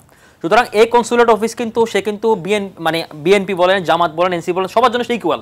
তো সে একটা ইনফরমেশন যদি একজনকে ইনফর্ম করে তার চেয়ে বড় গুরুতর অভিযোগটা কি, সে কিন্তু আওয়ামী লীগ যেটা মশির ভাই বললো যারা ছাত্রলীগের পোস্টের যারা ছিল ওখানে সাবেক ছাত্রলীগ কর্মীরা তারা কিন্তু এখানে এই নতুন যে ছাত্রলীগ বা আওয়ামী প্রবাসী ছাত্রলীগের কাছে নিউজটা পাস করলো, কিন্তু তারা কিন্তু বিএনপি বা এনসিপির কাছে পাস করলো না বা তারা তাদের কাছে কোনো প্রি কন্ডিশন হিসেবে কিছু দিল না, তাই না? এই জায়গাটা কিন্তু এর অন্তর্নিহিত বক্তব্য কি? অন্তর্নিহিত বক্তব্য হচ্ছে কি সরকার যে ফেসিবাদ যে আমরা বলি যে নির্মূল হয়েছে, ফেসিবাদ কিন্তু আমাদের রন্ধ্রে এখনো রয়ে গেছে এবং এটা যদি আপনি নির্মূল না করতে পারেন তাহলে কিন্তু এটা কিন্তু যে কোনো মুহূর্তে মাথাচাড়া দিয়ে উঠতে পারে। কারণ এটা হচ্ছে একটা ব্যাকটেরিয়া এবং ভাইরাসের মতো। কারণ হচ্ছে কি সে যখন আপনার ইমিউনো কম্প্রেসিভ হবে, ইমিউনো কম্প্রেসিভ মানে আপনার মধ্যে ঐক্য থাকবে না, তখন কিন্তু সে নাড়াচাড়া দিয়ে উঠবে এবং আমরা হিউম্যান বডির সে নর্মাল যে ফিজিওলজিক্যাল মেকানিজমটাকে সে হ্যাম্পার করবে। ডাক্তার রাকিব আল হাসান অসংখ্য ধন্যবাদ। আমি ফারুক হাসান আপনার কাছে আসতে চাই। শুরুর দিকে আপনি বলছিলেন প্রথম আলোচনা আমি দুটো পয়েন্ট একটা পয়েন্ট যোগ করতে চাই। জি বলুন মাহফুজ ভাই বলুন। জি, যে একটা বিষয় হচ্ছে যে এখানে দেখেন মানে দুটো বিষয়, আওয়ামী লীগ আসলে একটা সন্ত্রাসী সংগঠন এবং তাদের সে সন্ত্রাসের দ্বারা কিন্তু তারা অব্যাহত রেখেছে। 2000 মানুষ খুন হইলো এবং হচ্ছে যে আপনার 40,000-45,000 লোক আহত হলো, পঙ্গুত্ববরণ করলো, কিন্তু এখন পর্যন্ত তাদের মধ্যে কোনো ধরনের সেটার জন্য কোনো অনুশোচনা বা কোনো ধরনের অপরাধ বোধ কাজ করতেছে না। তারা এটাকে জুলাই সন্ত্রাসী হিসেবে আমাদের আখতার হোসেনের উপর আঘাত করতেছে। মানে তাদের উদ্যত্তটা দেখেন। আরেকটা বিষয় আমি বলবো যে বিএনপির সংগঠনের এখানে কিন্তু অনেক লোক ছিল, কিন্তু দেখা যাচ্ছে ছিল নেতৃবৃন্দ বের হওয়ার আগেই দেখা যাচ্ছে যে ছবি টবি তুলে অনেকে চলে গেল। তাহলে এই লোক বের হওয়া দরকার, বের হওয়া পর্যন্ত তাদেরকে পর্যন্ত পৌঁছে দেয়া, মানে এইগুলো আমাদের কিন্তু পর্যালোচনা বা আনা দরকার। না এখানে এই যে একটা দোষারোপ করলেন মাহফুজ ভাই যে বিএনপি নেতা কর্মীরা যে ওখানে চেষ্টা করেন সেটা আপনি দেশে বসে কিভাবে বুঝলেন? এটার মধ্যে তো সম্পর্ক তো আরো বেশি একটা অবনতি ঘটবে। আমি আপনার আলোচনা শুনবো, আপনি অন্যভাবে নিয়েন না। যে ফারুক হাসান আসতে চাই সেটা হচ্ছে যে এটা আপনি বলছেন যে সরকার প্রধান নিজেকে সুরক্ষার জন্য এই কৌশলটা গ্রহণ করেছে। না আপনাকে প্রশ্ন করছি না মাহফুজ ভাই, আপনি আমাদের সাথেই থাকুন, অন্যান্য আলোচনা আপনার কাছে শুনবো। আমরা একজন ফারুক হাসান সম্মানিত আলোচক, তার আলোচনা শুনতে চাই। এখন সরকার প্রধান হয়তো নিজে বেঁচে গেল, কিন্তু দেশের মানুষের কাছে সরকার বা সরকার প্রধানের যে ইমেজ এই ঘটনার মধ্যে দিয়ে সেটা পুনরুদ্ধার করবে কিভাবে? দেখুন এই ঘটনা পর্যালোচনা করার আগে আমাদের একটু পিছনে ফিরে তাকানো দরকার। কয়েকদিন আগে আপনারা দেখছেন যে গণ অধিকার পরিষদের সভাপতি জনাব নুরুল হক নূরের উপরে দেশের আইন শৃঙ্খলা বাহিনী কি একটা নির্মম এবং বর্বর একটা হামলা চালিয়ে তাকে রক্তাক্ত করেছে। এই ঘটনার পরে সরকারের পক্ষ থেকে যে দৃশ্যমান অ্যাকশন কিংবা যে ধরনের পদক্ষেপ নেওয়া দরকার ছিল তার ছিটেফোঁটাও নেওয়া হয়নি। ইভেন আজকে প্রায় বোধহয় 1 মাস পেরিয়ে গেল, এই 1 মাসের মধ্যে যারা হামলা চালিয়েছে তারা তো পানির আলোর মতো পরিষ্কার যে কারা হামলা চালিয়েছে, একবার দিনের আলোর মতো আপনার লাইভ ভিডিও মিডিয়াতে একবারে পরিষ্কারভাবে আসছে। কিন্তু আজ পর্যন্ত দৃশ্যমান কোনো পদক্ষেপ সরকারের পক্ষ থেকে নেওয়া হয় নাই। এগুলো সিম্পটম। মামলা নিয়েছে, প্রথমে নেয় নাই, পরে নিয়েছে। তো মামলা নেওয়ার পরেও আমরা দেখলাম যে সরকারের পক্ষ থেকে যারা আসলে অপরাধী, যারা আসলে গিল্টি, এদেরকে নানাভাবে প্রোটেকশন দেওয়া হচ্ছে, নানাভাবে পাহারা দেওয়া হচ্ছে। এদের অফিস, এদের কার্যালয়, এদেরকে প্রোটেকশন দিয়ে বাসায় পৌঁছে দেওয়া ইত্যাদি। এই যে একটা অবস্থা, এই অবস্থায় এই ঘটনাগুলো বারবার ঘটবে, এখন চলছে। এখন আজকে দেখেন অনেকেই বলার চেষ্টা করছে যে ডক্টর মোহাম্মদ ইউনূস তো নিরাপদে সুন্দর করে এয়ারপোর্ট থেকে বেরিয়ে গেছেন। তো এখানে আমি আসলে একটা জিনিস ভাবলাম যে বাংলাদেশের যে অবস্থা, এবং এরকম একটা পরিস্থিতি যদি ডে বাই ডে চলতে থাকে তাহলে আগামীতে এমন একটা পরিবেশ ক্রিয়েট হতে পারে যখন ডক্টর মোহাম্মদ ইউনূস এবং তার তার সঙ্গী সাথী যারা রয়েছেন তারা এভাবে আসলে উড়াল দিয়ে নিরাপদে মানে দেশ থেকে তারা যাবে। আর বাকি যারা আছেন ওই যে আজকে ওই যে আক্তার আমাদের জনাব মির্জা ফখরুল ইসলাম আলমগীর সাহেব এবং তাসনিম যারা এদের সাথে যা হয়েছে তা হবে। এটা তো আজকের এই ঘটনা মানে পরিষ্কার করে আমাদের সামনে মানে এই উদাহরণটাই তারা দিয়ে গেলেন। এই ঘটনা ঘটার পরে যে ধরনের রিয়াকশন সরকারের পক্ষ থেকে আমরা প্রত্যাশা করেছিলাম তারা কি দেখাতে পেরেছে? তারা একটা সুন্দর করে প্রেস নোট একটা প্রেস বিজ্ঞপ্তি দিল যে এই ঘটনা অনাকাঙ্ক্ষিত দুঃখজনক ইত্যাদি ইত্যাদি। সরকারের পক্ষ থেকে যে ধরনের অ্যাকশন নেওয়া দরকার তার ছিটে পড়েও তারা নিচ্ছে না। এই যে তারা কারা? তারা বাংলাদেশের নাগরিক, এদের তো বাংলাদেশের মানে আপনার সম্পত্তি আছে না? এই সম্পত্তি সরকার কেন মানে মানে মানে আপনার ওই রাষ্ট্রীয়করণ করছে না, কেন ক্রোক করছে না? কেন তাদের যারা এই ধরেন যে তাদের যারা বাংলাদেশে পরিবারের সদস্য আওয়ামী লীগ করে, আমি নিরপরাধ কারো কথা বলছি না, ধরেন তাদের পরিবারের সদস্য আওয়ামী লীগ করে, আওয়ামী লীগের ঝান্ডাধারী, এদেরকে ধরে পাকড়াও করা দরকার ছিল। কারণ ওই কান টানলে মাথা আসে না, না যারা অপরাধী আপনি তাদের ছাড় দিতে পারেন না। আজকের এই ঘটনা কেন ঘটলো আপনি তো নিজে বললেন। এই যে ডাক্তার রাকিব সাহেব কি বললো যে কনসুলে যারা চাকরি করেন আমাদের ওই দূতাবাসে সেখানকার কর্মকর্তারাই এই তথ্যটি পাস করেছে আওয়ামী লীগের কাছে, তার মানে তারাই দায়ী। কনসুলেটে যারা রয়েছে প্রত্যেকই সরকারের লায়াবল ব্যক্তি। সুতরাং সেই জায়গা থেকে এই সরকার এই ঘটনা কোনোভাবে এড়াতে পারে না। এখন সরকার নানা জায়গায় প্রত্যেকটা দপ্তরে প্রত্যেকটা অফিসে আওয়ামী লীগের ঝান্ডাধারীদের প্রমোশন দিচ্ছে, পদায়ন করছে, তাদের চেয়ার দিচ্ছে, এদেরকে নানাভাবে সরকার দায়িত্ব দিচ্ছে। তো এরা কি ওই আপনার বিএনপি জামাতকে চুমু দিবে নাকি ওই ডিম মারবে? তো ডিমেই তো মারবে। তো এই দায়ভার সরকার নেবে না। তো সরকারের জায়গা থেকে যে ধরনের রিয়াকশন দেখানো দরকার ছিল তারা সেটা টোটালি করতে পারেনি। দে আর টোটালি ফেইলার। তো সেই জায়গা থেকে আমরা স্পষ্ট করে বলছি আসলে এই সরকারের জায়গা থেকে আসলে আমরা আসলে খুব একটা আশাবাদী যে হতে পারছি তা কিন্তু না। এবার আসেন তাহলে জুলাই আকাঙ্ক্ষার কি হবে? এখন রাজনৈতিক দলগুলোকেও আমি একবারে ধরেন যে এখান থেকে ধোয়া তুলসী পাতা বানাবো না, রাজনৈতিক দলগুলোর অনেক দায়িত্ব রয়েছে। এখন দেখেন আমরা কিন্তু বারবার বলে আসছি, ডাক্তার রাকিব সাহেব একবার স্পষ্ট করে বলেছে যে আওয়ামী লীগের যে পলিটিক্যাল ডিএনএ, এই ডিএনএতে ভালো কোনো আলামত কখনোই ছিল না, এখনো নাই, ভবিষ্যতে থাকবে না। সুতরাং আওয়ামী লীগের এই ডিএনএর যে রক্ত, এই রক্তটা একটা দূষিত রক্ত, পলিটিক্যালি একটা পলিউটেড মানে আপনার ব্লাড। সুতরাং এই আওয়ামী লীগকে আপনি যদি কোনোভাবে ট্রাস্ট করার চেষ্টা করেন, বাংলাদেশের রাজনীতিতে আগামীতে প্রাসঙ্গিক করার চেষ্টা করেন, তাহলে এটা আপনার রাজনৈতিকভাবে মস্ত বড় ভুল হবে। এখন দেখেন বিএনপি বলেন, জামাত বলেন, হোয়াটএভার, এটা গণ অধিকার, এনসিপি, আমি কোন স্পেসিফিক পলিটিক্যাল পার্টিকে ইন্ডিকেট করছি না। এখন কোন রাজনৈতিক দল যদি আড়ালে আবডালে প্রত্যক্ষ কিংবা পরোক্ষভাবে আওয়ামী লীগকে আবারও প্রাসঙ্গিক করার চেষ্টা করে, আওয়ামী লীগের যারা সাঙ্গপাঙ্গ দোসর সহযোগী ছিল বিগত 15 বছর, এদের রাজনীতিকে প্রাসঙ্গিক করার চেষ্টা করে, তাহলে এই যে ধরনের ঘটনাগুলো বিগত সময়ে ঘটছে, আজকে ঘটেছে, এই ধরনের ঘটনা ভবিষ্যতে আরো ঘটবে না। প্রাসঙ্গিক করার চেষ্টা কোন স্বার্থে এটা বলুন। যেমন ধরেন এখন আমি যদি বলি জাতীয় পার্টিকে আগামীতে আমি নির্বাচনে চাই, বিএনপিকে কি বলে আওয়ামী লীগকে নির্বাচনে চাই, 14 দলকে চাই, এরা রাজনীতি করতে পারবে, এদেরকে আমরা নিষিদ্ধ চাই না, ইত্যাদি ইত্যাদি। তো এই ধরনের বক্তব্যের মাধ্যমে আওয়ামী লীগের রাজনীতি আমি যদি কোনো অ্যাঙ্গেল থেকে প্রাসঙ্গিক করার চেষ্টা করি, তাহলে আওয়ামী লীগ আজকে যে দুঃসাহস দেখার চেষ্টা করছে, এটা তো আরো দ্বিগুণ গতিতে সামনে তারা আবার ঘটাবে। আজকে তো ডিম খেয়েছেন, কালকে পাথর খাবেন, পাথর ছুঁড়ে মারবে, নিশ্চিত থাকেন।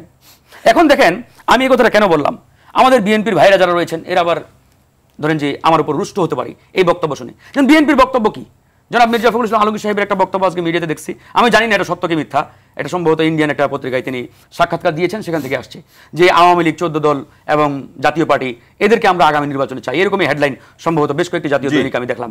তো এই যে একটা ঘটনা, এরকম অবস্থা যদি হয়ে থাকে আর আগামী নির্বাচনে যদি জাতীয় পার্টি কিংবা আওয়ামী লীগ কিংবা তাদের কোনো সহযোগী নির্বাচনে অংশগ্রহণ করার সুযোগ পায়, তাহলে পরিস্থিতি কি হবে, কি হতে পারে আপনি কি একটু চিন্তা করে দেখেছেন? ধরেন যে আগামী আওয়ামী লীগের তো সাংগঠনিক কার্যক্রম নিষিদ্ধ, তারা নির্বাচন করতে পারবে না, এই কথাই তো নির্বাচন কমিশন বলছে। নট অনলি আওয়ামী লীগ, আমি বলছি আওয়ামী লীগ বা আওয়ামী লীগের যারা সহযোগী ছিল, জাতীয় পার্টি কিংবা ধরেন যে 14 হোয়াটএভার। এখন ধরেন আওয়ামী লীগ বাদ দিলাম, জাতীয় পার্টি আগামী জাতীয় নির্বাচনে অংশগ্রহণের সুযোগ পেল। এখন আমাদের যে বক্তব্য, আমাদের যে পোর্টফোলিও আওয়ামী লীগকে নিয়ে, জাতীয় পার্টিকে নিয়ে, যে জাতীয় পার্টি তো মানে 300 লোকও নেই, এটা তো ক্যান্ডিডেটও দিতে পারবেন ইত্যাদি ইত্যাদি। আমি ধরে নিলাম আওয়ামী লীগ জাতীয় পার্টির 300 আসনে ক্যান্ডিডেট দেওয়ার মতো সক্ষমতা নেই, আওয়ামী লীগের জাতীয় পার্টির 2% ভোট নেই সারা বাংলাদেশে ধরে নিলাম। এখন কথা হচ্ছে জাতীয় পার্টির মাদার অর্গান হিসাবে আমি যদি আওয়ামী লীগকে কাউন্ট করি, তাহলে আওয়ামী লীগের ভোট ব্যাংক কত এখন মোটা দাগে সারা বাংলাদেশে? 15 to 20, ধরে নিলাম 15% জাতীয় পার্টির একটা ভোট ব্যাংক আছে। এবং এখানে মোটামুটি ধরুন যে ভিন্ন অন্যান্য যে আওয়ামী লীগের যারা সহযোগী ছিল তাদের একটা ভোট ব্যাংক আছে। তো মানে এভারেজে আমি যদি 20% ভোট আমি আওয়ামী লীগের কাউন্ট করি, তাহলে এই আওয়ামী লীগের যে ভোট ব্যাংক, এই ভোট ব্যাংকটা জাতীয় পার্টি যদি আগামী নির্বাচনে অংশগ্রহণ করার সুযোগ পায়, তাহলে ভোট কাকে দেবে? বিএনপিকে দেবে, জামাতকে দেবে, নাকি জাতীয় পার্টিকে দেবে? অবশ্যই জাতীয় পার্টিকে দেবে। এবার আসেন, একটা নির্বাচন আসলে কন্ডাক্ট কারা করে? একটা নির্বাচনের কি মানে মূল জনগণ? নো, জনগণ একটা পার্ট। একটা নির্বাচনে অসংখ্য স্টেক হোল্ডার কাজ করে, নির্বাচন কমিশন, পুলিশ, প্রশাসন, সেনাবাহিনী এবং অন্যান্য অর্গানগুলো। এখন দেখেন এই পুলিশ বাহিনী এখন আওয়ামী লীগের নিয়ন্ত্রণে। এটা এই সরকারের একজন দায়িত্বশীল অ্যাডভাইজার তিনি নিজেই বলেছেন যে এই পুলিশ বাহিনীর 80% সদস্য ছাত্রলীগের। সরকারের একজন অ্যাডভাইজার বলছেন। তাহলে এই পুলিশ বাহিনী আওয়ামী লীগের নিয়ন্ত্রণে, তথা ওই ভারতীয় প্রেসক্রিপশন এরা এখনো চলছে। প্রশাসন আওয়ামী লীগের নিয়ন্ত্রণে, অন্যান্য বাহিনীগুলো আওয়ামী লীগের নিয়ন্ত্রণে। এখন আগামী নির্বাচনে আপনি যদি জাতীয় পার্টিকে প্রাসঙ্গিক করার চেষ্টা করেন এবং নির্বাচনে অংশগ্রহণ করার সুযোগ তৈরি করে দেন, তাহলে এই যে অর্গানগুলো যারা নির্বাচনে দায়িত্ব পালন করবে, এরা কার পিছনে কাজ করবে? বিএনপির পিছনে নো, জামাতের পিছনে নো, এরা করবে জাতীয় পার্টির পিছনে। এবং এমন একটা মেকানিজম করে, এমন একটা ইঞ্জিনিয়ারিং ইলেকশন এরা এখানে ধরেন যে করার চেষ্টা করবে যে একটা অঘটন ঘটিয়ে জাতীয় পার্টিকে আপনার যে প্রত্যাশা, আপনার যে এক্সপেকটেশন, তার থেকে কয়েক গুণ বাড়িয়ে তারা একটা ঘটনা ঘটায়। ফারুক হোসেন, অসংখ্য ধন্যবাদ। পরিস্থিতি কোন দিকে চিন্তা করেন। জি, অসংখ্য ধন্যবাদ আপনাকে। রশিকুর আলম ভাই, আসতে চাই যে আওয়ামী লীগকে নির্বাচনে অথবা তার রাজনীতিতে আওয়ামী লীগকে সক্রিয় করার প্রসঙ্গে আশা যোগাচ্ছে কারা? ফারুক হোসেন অনেক প্রসঙ্গ বলছিলেন এবং আপনার দলের দিকে ইঙ্গিত করে তিনি না, আমি সেটা দেখছি না। আওয়ামী লীগ আগামী নির্বাচনে অংশগ্রহণ করার কোনো সুযোগ আমি দেখছি না। মির্জা ফখরুল ইসলাম আলমগীর সাহেবের যে সাক্ষাৎকারটা আপনি রেফারেন্স টেনেছেন, বিএনপি থেকে বলা হয়েছে যে এটা সত্য নয়, অতএব ওটা নিয়ে আর আলোচনার কোনো প্রয়োজন নেই। কারণ জাতীয় গুরুত্বপূর্ণ কোনো ব্যক্তি যখন তার সাক্ষাৎকারের ওই অংশটি বলে যে এটা সত্য নয়, এটা তিনি বলেননি, আমার মনে হয় ওটা নিয়ে ডিবেট করা উচিত হবে না। এই জায়গাটা আমরা না যাই। আমরা বলেছি আওয়ামী লীগের নিষিদ্ধ আমরা চেয়েছি, যে প্রক্রিয়া চেয়েছি সরকার সেই প্রক্রিয়াটাই অনুসরণ করেছে এবং ওটাই ন্যায্য বিচারিক প্রক্রিয়া। এবং কিছুদিন যত সময় পর্যন্ত ট্রায়াল শেষ না হচ্ছে স্থগিত। জাতীয় পার্টি রাজনীতি তো অবধারিত, আমি তা বলছি না, আমরা তা বলি না। জাতীয় পার্টি আওয়ামী লীগের বা ফ্যাসিবাদের দোষর এটা প্রতিষ্ঠিত। আমরা চাই জাতীয় পার্টি ওই একই প্রক্রিয়ায় নিষিদ্ধ হোক। আমরা যে প্লিজ আমার প্রশ্ন পরে করেন, আমি বলে আমার বাক্যটা শেষ করি। আমরা কারণ যে কোনো নির্বাহী আদেশে বা কোনো একটি রাজনৈতিক বা কয়েকটি রাজনৈতিক দলের আবেদনের পরিপ্রেক্ষিতে কোনো রাজনৈতিক দল এভাবে নিষিদ্ধ হলে তা সাস্টেন করানো কঠিন, তা বিতর্ক তৈরি করে, কোনো সময় ওই যেটাকে নিষিদ্ধ করা হচ্ছে তার জনপ্রিয়তা বাড়ে। এই জন্য আমরা চাই যে একটা আইনি প্রক্রিয়া সেটা হোক। যেহেতু আমরা বড় একটা দায়িত্বশীল রাজনৈতিক দল, আমরা সবাই মিলেই তো একটা ধরেন ফ্যাসিবাদী পতনের বিজয়ী শক্তি। তো এই জায়গাগুলিতে আমার মনে হয় যে আমাদের একমত থাকা উচিত। আমরা সবাই যদি চাই যে ঠিক আছে আইনি প্রক্রিয়া অনুসরণ করে সরকার এটা করবে, আমাদের সহযোগিতা রয়েছে, সমর্থন রয়েছে, যথেষ্ট। জামাত ইসলাম ভাইয়ের আমার বক্তব্যটা ভালো লেগেছে। উনি বলছেন যে তারা নিরাপত্তাটা নিশ্চিত করতে চেয়েছে দ্বি অ্যাঙ্গেলে। Very good. কারণ যেহেতু একটা চ্যালেঞ্জ আছে এবং রাজনৈতিক দলের নেতাকর্মীরা তাদের নেতাকে সেভ করার মানুষই ওখানে গিয়েছেন, উপস্থিতি জানানো দিয়েছেন। জামাত যদি সেটা বুঝে থাকে, তারা খুব বিচক্ষণতার পরিচয় দিয়েছে। এনসিপি এবং বিএনপিরও বুঝার সেটা প্রয়োজন ছিল। যদি না বুঝে থাকে তাহলে এই গভীরে গিয়ে তারা বিষয়টাকে নেয়নি, জামাত গভীরে নিয়েছে। এই জন্য জামাতকে ধন্যবাদ। যদি পলিসিটা তাই হয়ে থাকে, আর পলিসিটা যদি ভিন্ন হয়ে থাকে, যেহেতু জারিরা মন্তব্য করতে চাচ্ছে না, ধরেন আক্তার হোসেন, ডক্টর তাহের সাহেব, মির্জা ফখরুল ইসলাম আলমগীর, এরা কিন্তু কোনো দলের রিপ্রেজেন্টেটর না, এরা বিজয়ী জাতি রিপ্রেজেন্টেটর হিসেবে এখানে গিয়েছেন। অর্থাৎ আওয়ামী লীগ যে ধৃষ্টতা দেখাচ্ছে, এই ধৃষ্টতা যদি অব্যাহত থাকে, শুধুমাত্র রাজনীতিতে নিষিদ্ধ, আইনি প্রক্রিয়া করে শাস্তি, সেখানে সীমাবদ্ধ থাকা আমাদের বিজয়ী জাতির ঠিক হবে না। কি করতে হবে? প্রতিরোধ সব জায়গায় করতে হবে। ওবায়দুল কাদের সাহেব তো বলেছিলেন যে আমরা যদি ক্ষমতাচ্যুত হই 2-1 লাখ লোক আমাদের মারা যাবে, 5 লাখ 10 লাখ এদেশে আমরা থাকতে পারবো না, সবকিছু ছেড়ে বিদেশে চলে যেতে হবে, পালানোর সুযোগও পাবে না, প্রয়োজনে তাই করতে হবে। কারণ আমি আপনাকে বলি, আপনি একটা পতিত শক্তি, তাকে আপনি দয়া দাক্ষিণ্য দেখাবেন, সরকার থেকে আবার তার সব অধিকার নিশ্চিত করতে চাইবেন, রাজনৈতিক দলগুলিও বিচ্ছিন্ন বক্তব্য দিবেন, দায় আমি কারো উপর চাপাচ্ছি না, বিচ্ছিন্ন বক্তব্য দিবেন। মনে হয় যে আওয়ামী লীগের ভোটটা আমি পেতে পারি, আর আমি প্রকাশ্যে আওয়ামী লীগের বিরুদ্ধে কিছু বলছি না, তার মানে আওয়ামী লীগের ওই আনুকূল্যটা আগামী দিনে আওয়ামী লীগ ব্যাক করলে আমার হয়তো দায় কম হবে, আমি শত্রু কম হব। এরা যারা ভাবছেন, তারা বিজয়ের যে আপনার অর্জন সেটাকে ধারণ করছেন না, তারা বিজয়টা নিশ্চিত করতে চাচ্ছেন না, তারা আবার ঝুঁকিতে পড়তে চাচ্ছেন। কিন্তু সামনে নির্বাচনে অনেক খেলাই চলছে, তার মধ্যে এটি নির্বাচনের খেলা জনগণের উপর ছেড়ে দেন, নির্বাচনে আস্থা রাখেন। একটা গ্রহণযোগ্য নির্বাচন আয়োজন করার জন্য অন্তর্বর্তীকালীন সরকারকে সহযোগিতা আমরা করি, প্রক্রিয়াটা নিয়ে মোটামুটি কাছাকাছি আমরা এসেছি। জনগণের উপর আস্থা রাখলে নিশ্চয়ই জনগণ, যার রাজনীতি জনবান্ধব, যার রাজনীতি জনকল্যাণ, যে জনসমৃদ্ধি নিশ্চিত করবে, যে আগামী দিনের এই ফ্যাসিবাদ মুক্ত বাংলাদেশ প্রতিষ্ঠিত করতে অঙ্গীকারাবদ্ধ, জনগণ তাকেই বেছে নেবে। কিন্তু সমস্যাটা হচ্ছে যে আমরা ফ্যাসিবাদের পতনের পর ক্ষুদ্র স্বার্থ, দলীয় স্বার্থ, অথবা ধরেন যে কোনো মূল্যে ক্ষমতায় যাওয়া, অথবা ক্ষমতায় না যেতে পারলে ক্ষমতার একটা বড় অংশ হওয়ার চেষ্টায় মত্ত হয়েছি। সেটা কিন্তু কোনো কোনো ক্ষেত্রে ফ্যাসিবাদেরকে উৎসাহিত করছে অথবা জনগণকে বিভ্রান্ত করছে। ধরেন আরেকটা জায়গায় আমার একটা বক্তব্য ছিল, আমি একটু লিখে আপনার কাছে একটা প্রশ্ন রাখতে চাচ্ছি, একটু শুনে আসবো। ফারুক ভাই একটা প্রশ্ন। জি বলেন।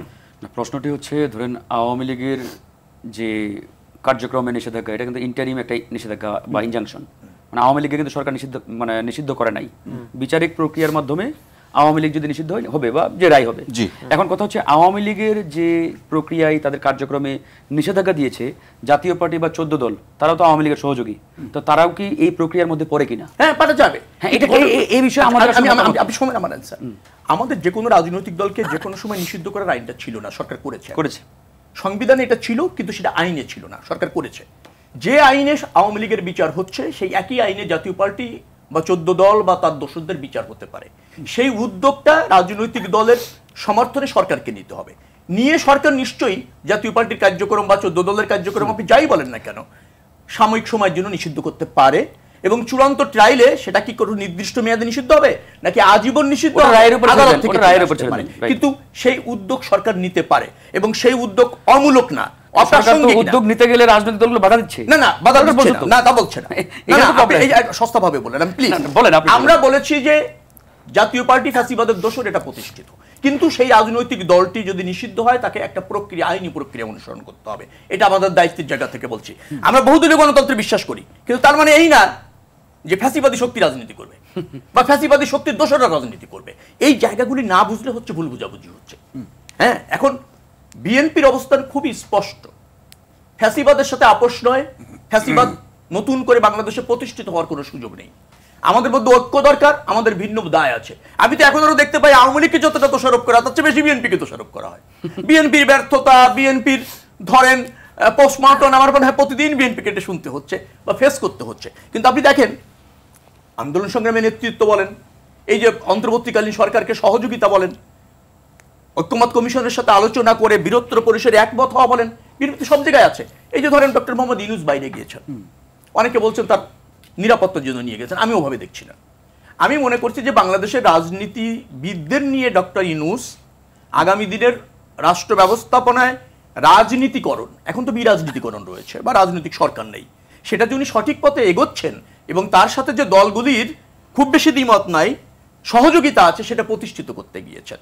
অর্থাৎ ধরেন একটা প্রশ্ন আসতেই পারে, অন্তর্বর্তীকালীন সরকার 1 বছরের বেশি ক্ষমতায় আছে, আর কতদিন ক্ষমতায় থাকবে, নির্বাচন হচ্ছে কিনা, রাজনৈতিক দলগুলি সহযোগিতা করে কিনা, এই প্রশ্নগুলিকে উনি আন্তর্জাতিক পর্যায়ে বোঝাতে চান। উনি সঠিক ট্র্যাকে আছেন, রাজনৈতিক দলগুলিকে নিয়ে কাজ করছেন, রাজনৈতিক সরকার প্রতিষ্ঠা করার চেষ্টায় উনি ব্রত আছেন। শেখরুল আলম, অসংখ্য ধন্যবাদ। মশিউর রহমান, যেটি রবি ভাই যেখানে শেষ করলেন যে আসলে এই সফরের প্রধান উপদেষ্টা যে সফর সঙ্গী, সেখানে তিনি দেখাতে চেয়েছেন রাজনৈতিক দলগুলোর মধ্যে নির্বাচনের প্রশ্নে, গণ অভ্যুত্থানের যে আকাঙ্ক্ষা বাস্তবায়নের প্রশ্নে সদ্ভাব আছে এবং সরকারের সাথে একটি ভালো সম্পর্ক আছে। আপনি কি এই দৃষ্টিকোণ থেকে দেখতে চান? দেখুন, রবি ভাইয়ের বক্তব্যে যাওয়ার আগে আমি দুটো ইভেন্টের কথা বলি। আজকে যখন আক্তার হোসেনের উপরে হামলা করা হয়েছে, তার সাথে কিন্তু মির্জা ফখরুল ইসলাম আলমগীর সাহেব একসাথেই ছিলেন। হামলাটা কিন্তু তার উপরে হতে পারত। এখন যখন হামলাটা হয়েছে, তখন শব্দচয়নটা কি ছিল? আক্তারকে বলা হয়েছে জুলাই সন্ত্রাসী। ওখানে ব্যক্তি আক্তার না, এনসিপির আক্তার না, তাকে বলা হচ্ছে জুলাই সন্ত্রাসী। যেহেতু আক্তারের শক্তি কম, আক্তারকে এখন টার্গেট করলে তাকে ওখানেই করা যাবে, কিন্তু বিএনপিকে টার্গেট করলে আওয়ামী লীগ এই মুহূর্তে অতটা সুবিধা করতে পারবে না শক্তির দিকে, শক্তি বিবেচনায়, সেক্ষেত্রে এটা করে নাই। আবার নুরুল হক নূরের উপরে যখন যেই পুলিশ বা সেনাবাহিনী হামলা করেছে, হামলা করার সময় তাদের মুখের শব্দচয়নটা কি ছিল আপনি জানেন? শব্দচয়নটা ছিল জুলাই ভরে দেব, একই কোট আন কোট, জুলাই ভরে দেব। জুলাই সন্ত্রাসী আর জুলাই ভরে দেব একই শব্দ।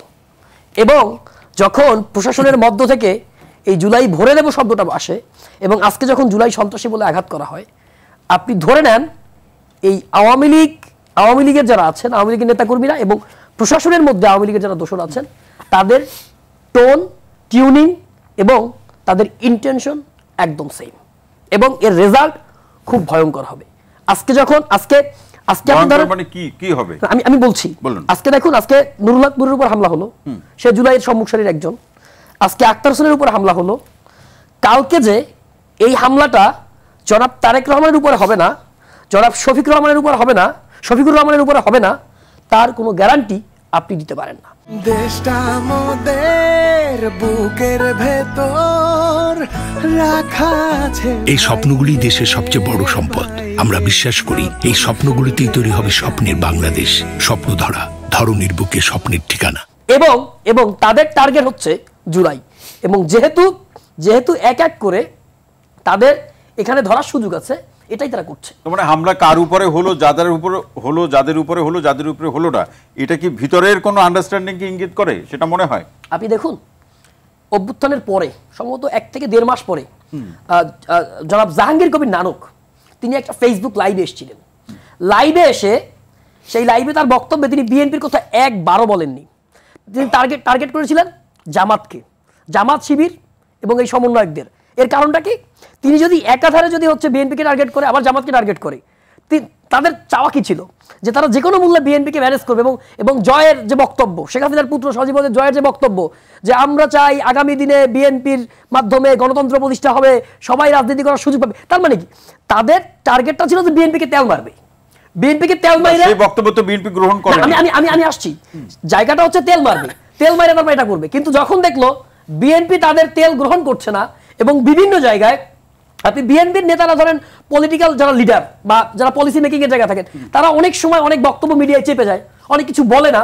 কিন্তু যারা তৃণমূলের যে কর্মীটা, যে গত 16 বছর ওই ধান খেতে ঘুমাইছে, পাট খেতে ঘুমাইছে, ঘরে ঘুমাইতে পারে নাই, যাকে ধরতে গিয়ে তার বাবাকে হত্যা করছে পুলিশ, ওই লোকটা কিন্তু আওয়ামী লীগকে ছাড়বে না। যদি আপনি রাজনৈতিক ডিপ্লোমেসি বলেন, আপনি যাই বলেন, যে কোনো যুক্তির বিচারে যদি বিএনপির শীর্ষ নেতারা যদি আওয়ামী লীগকে ক্ষমা করেও দেয়, ওই তৃণমূলের বিএনপি কিন্তু তখন আওয়ামী লীগকে ক্ষমা করার প্রশ্নে যদি কিন্তু আসলো কেন? ক্ষমা কোন অর্থে? আমি আপনাকে বলি যে আপনার ধরেন ক্ষমতার স্বার্থে অনেক সময় অনেক কিছু হতে পারে, আপোষ হতে পারে, মীমাংসা হতে পারে, কিন্তু তৃণমূলের বিএনপি বা তৃণমূলের জামাতের বা এই জুলাই বিপ্লবে যেই ছাত্রদের গায়ে গুলি করা হইলো, যেই সাধারণ জনতাকে গুলি করা হইলো, তারা কিন্তু ছাড়বে না। এখন দেখুন, এই যে ঐক্য অনৈক্যের কথা আসছে, আমার কথা হচ্ছে আমরা রাজনীতি করি। রাজনীতিতে আপনি বলেন যে ডান পন্থা আছে, বাম পন্থা আছে, সেন্ট্রিক পন্থা আছে, আরো অনেক কিছু আছে। তো সেই জায়গায় দাঁড়িয়ে আমার বক্তব্যের সাথে রবিউলের বক্তব্য অনেক সময় মিলবে না, কিছুটা মিলবে, ভিন্ন মত থাকবে রাজনীতিতে। ভলতেয়ারের সেই বিখ্যাত উক্তি যে তোমার মতের জন্য আমি আমার জীবন দিতে পারি। তো আমরা একসাথে পলিটিক্স করি, আমরা জুলাই বিপ্লবে সবাই, কিন্তু ওই উক্তি তো ভাই বলতে এবং পড়তে ভালো লাগে। আমরা কোনো বাস্তবায়ন দেখি। আমি আসছি, এই বাংলাদেশে আসছি, এই বাংলাদেশে দেখেন জুলাই বিপ্লবের পরবর্তী সময় আমরা তো অনেক কথা বলেছি। ইভেন আপনি দেখেন এর সবচেয়ে উৎকৃষ্ট উদাহরণ তো ডাকসু নির্বাচন। এই ডাকসু নির্বাচনে ভিন্ন মত ছিল না, ভিন্ন পথ ছিল, ভিন্ন মত ছিল, অনেক অভিযোগ করছে। কিন্তু দেখেন বাংলাদেশের ইতিহাসে এই যে ডাকসু নির্বাচনটা হয়েছে, কই ডাকসু নির্বাচনে কি কারো গায়ে ফিজিক্যালি একটা অ্যাসাল্ট হয়েছে? কারো একটা ফুলের টোকা দেওয়া হয়েছে? ইভেন সামনাসামনি কাউকে কেউ অপমানসূচক বাক্য বলেছেন?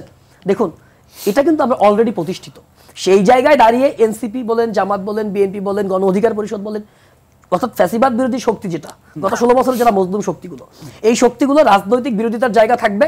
কিন্তু আমরা একটা প্রশ্নে, আমরা একটা প্রশ্ন শেষ করুন, আওয়ামী লীগের প্রশ্নে আমরা জিরো টলারেন্স। এবং আমি একটা কথা বলি, আমি যদি ধরে নেই যে অলরেডি প্রুভন হয়েছে যে মির্জা ফখরুল আলমগীর সাহেব তিনি আনন্দবাজারের ওই অনলাইন পত্রিকায় যে বক্তব্যটা দিয়েছেন এটা সত্য। কিন্তু আপনি যদি ওইটাকে অনেক সময় শব্দ এক্সপান্স করা যায়, জাতীয় সংসদে এক্সপান্স করা যায়, তিনি যেহেতু ওটাকে অস্বীকার করেছেন, আমি ওটাকে এক্সপান্স ধরে নিচ্ছি।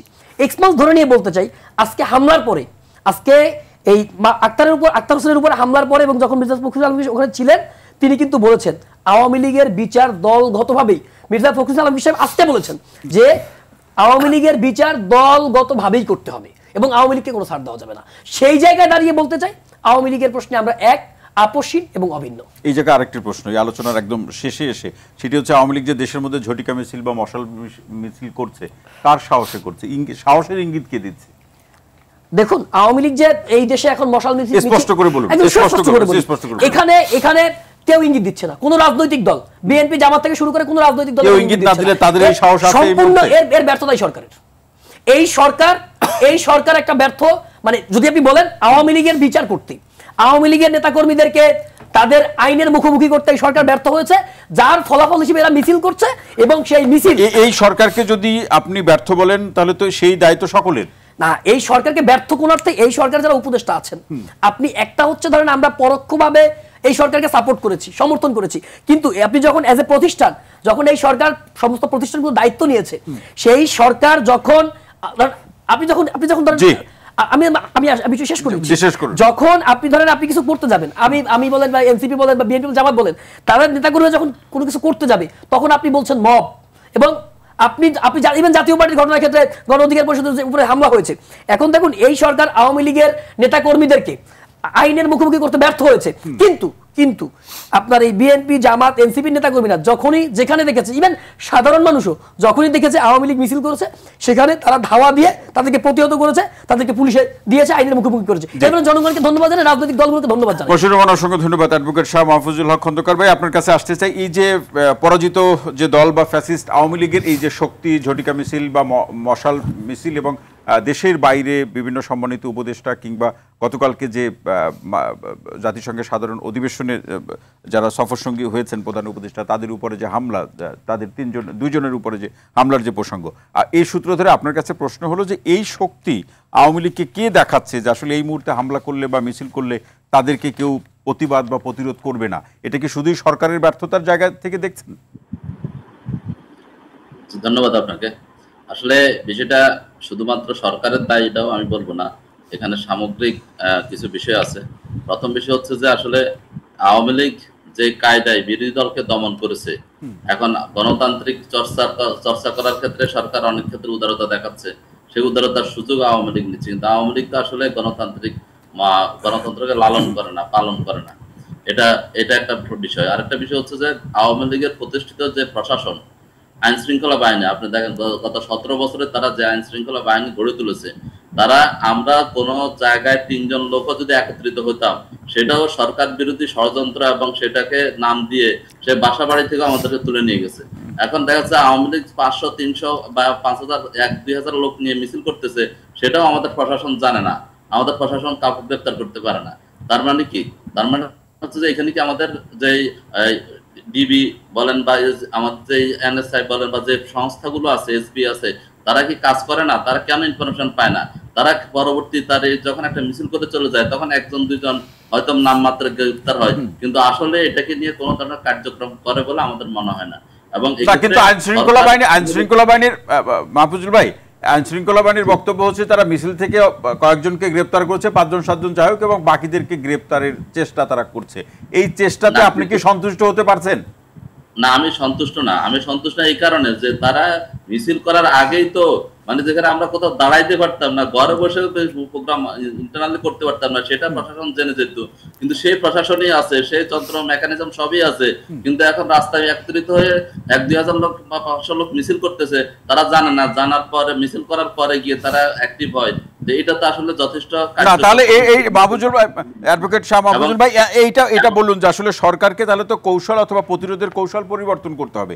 এখন বিদেশে তো কৌশল পরিবর্তন করা আসলে খুব কঠিন, এখানে দেশের মধ্যে তাকে কৌশলটা ঠিক করতে হবে। সেই প্রশ্নে রাজনৈতিক দলগুলোর মধ্যে ঐক্য থাকা প্রয়োজন। এই জায়গাতে নির্বাচনকে সামনে রেখে রাজনৈতিক দলগুলোর এখন যে অবস্থান আমরা লক্ষ্য করছি, তাতে সরকারের পক্ষে এই আওয়ামী লীগের এই যে আবার ঘুরে দাঁড়ানোর প্রশ্ন বা পুনরুত্থানের জায়গাতে সবাইকে ঐক্যবদ্ধ করা কতটা সম্ভব?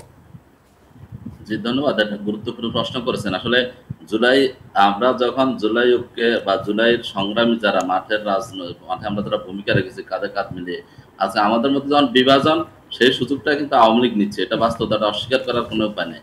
এক্ষেত্রে আমাদেরকেও আরো রাজনীতিবিদ যারা আছেন, আমাদের যারা নীতি নির্ধারণে আছেন, তাদেরকেও আরো বিষয়টাকে চিন্তা করতে হবে। এখন দেখা যাচ্ছে আমাদের মধ্যে যদি এরকম মানসিকতা তৈরি হয়, প্রয়োজনে আমরা হচ্ছে যে জাতীয় পার্টিকে বিরোধী দল হিসেবে নিব, আমরা হচ্ছে অমুক দলকে বিরোধী দল হিসেবে নিব, জামাত যেন কোনোভাবে অগ্রসর হইতে না পারে বা জামাতকে যেন আমরা কোনোভাবে উঠতে দিব না, মাথা উঁচু করে দাঁড়াতে দিব না, তখন তো আপনার সেটা সুযোগ তো অন্যরা নেবেই।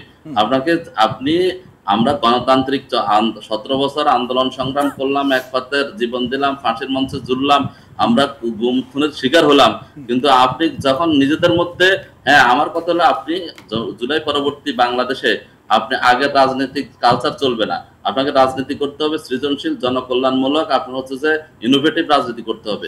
এবং সেই জায়গায় আমরা চিন্তা না করে আমরা যদি সেই ফেসিবাদী কায়দায় আবার হচ্ছে যে অন্যকে একে অপরকে দোষারোপ করি, একে অপরকে দমন করার চেষ্টা করি এবং হচ্ছে যে সেই আগের ইয়েতে ধারায় চলি, তাহলে কিন্তু সেটা এই দেশের জনগণ গ্রহণ করবে না এবং সেটা জনগণের জন্য, দেশের জন্য, কারোর জন্য কল্যাণকর হবে। অ্যাডভোকেট শাহ মাহফুজুল হক ভাই, আপনি এখানে আসলে বিএনপির কথাই বলতে চাচ্ছেন। আমি আলোচনাটাকে খুব স্পষ্ট করি, সেটা হচ্ছে আমি শুধু বিএনপির কথা বলি না, আমি বলছি আমরা যারা আছে সবার কথাই বলতে চাচ্ছি। আচ্ছা বলুন, সবাইকে। আচ্ছা সবার ওই জায়গা থেকে আমি জামাত এবং বিএনপিকে আলাদা করে আপনাকে প্রশ্নটি করছি যে যুগপৎ আন্দোলন থেকে শুরু করে একসাথে সরকার গঠন কিংবা জোটগতভাবে আপনারা নির্বাচনও করেছেন, এই জুলাই গণঅভ্যুত্থানে সবাই জনগণ এবং রাজনৈতিক দলগুলো একত্রিত হয়ে নেতৃত্ব দিয়েছে ফ্যাসিবাদ হটানোর প্রশ্নে। এখন এসে এই দূরত্ব কেন? আপনারা একই সাথে ঐক্যমত্য কমিশনের আলোচনায় আছেন, আবার আন্দোলনও করছেন। যে না, আমি এটাকে আপনাকে বলি, এটাতে আমি কোনো দোষের কিছু দেখি না। আপনি আপনার যখন শত্রু থাকে, আপনি তখন শত্রু মোকাবেলা করবেন। তার মানে কি আপনাদের কাছে না ঠিক আছে আপনার আলোচনা, তার মানে আপনাদের কাছে এখন শত্রু হলো বিএনপি? না, অবশ্যই না, অবশ্যই না। কিন্তু আপনি কি রাজনীতি করবেন না? আপনি কি বিরোধী দলের, আপনি কি জাতীয় পার্টির মতো বিরোধী দল চান যে সবসময় সরকারে সবকিছুকে ইয়েস বলবে, আপনার কোনো কথা না বলবে না? আপনার কেউ যদি সন্ত্রাস, চাঁদাবাজ বা কোনো ধরনের অপরাধ করে, আপনি সেটার মোকাবেলা বিরোধিতা করলে আপনি মনে করবেন ওই দলের বিরোধিতা করা হচ্ছে, আপনি মনে করবেন যে তাকে খারাপ জানা হচ্ছে। বিষয়টা তো এটা না। আপনি যে অপরাধ করবেন আপনি সেটা তো বলবেন, না বললে তো মানুষ আগের কথাই বলবে যে আমাদের আগেরটাই ভালো ছিল, মানুষ তো ওইদিকে যাবে।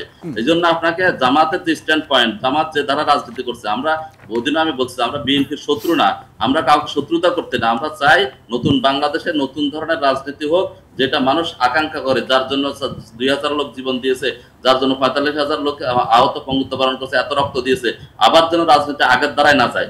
এখন আমরা অবশ্যই কর্মসূচি দিব, বিএনপি সে ভালো কর্মসূচি দিব, ইনোভেটিভ কর্মসূচি দিব।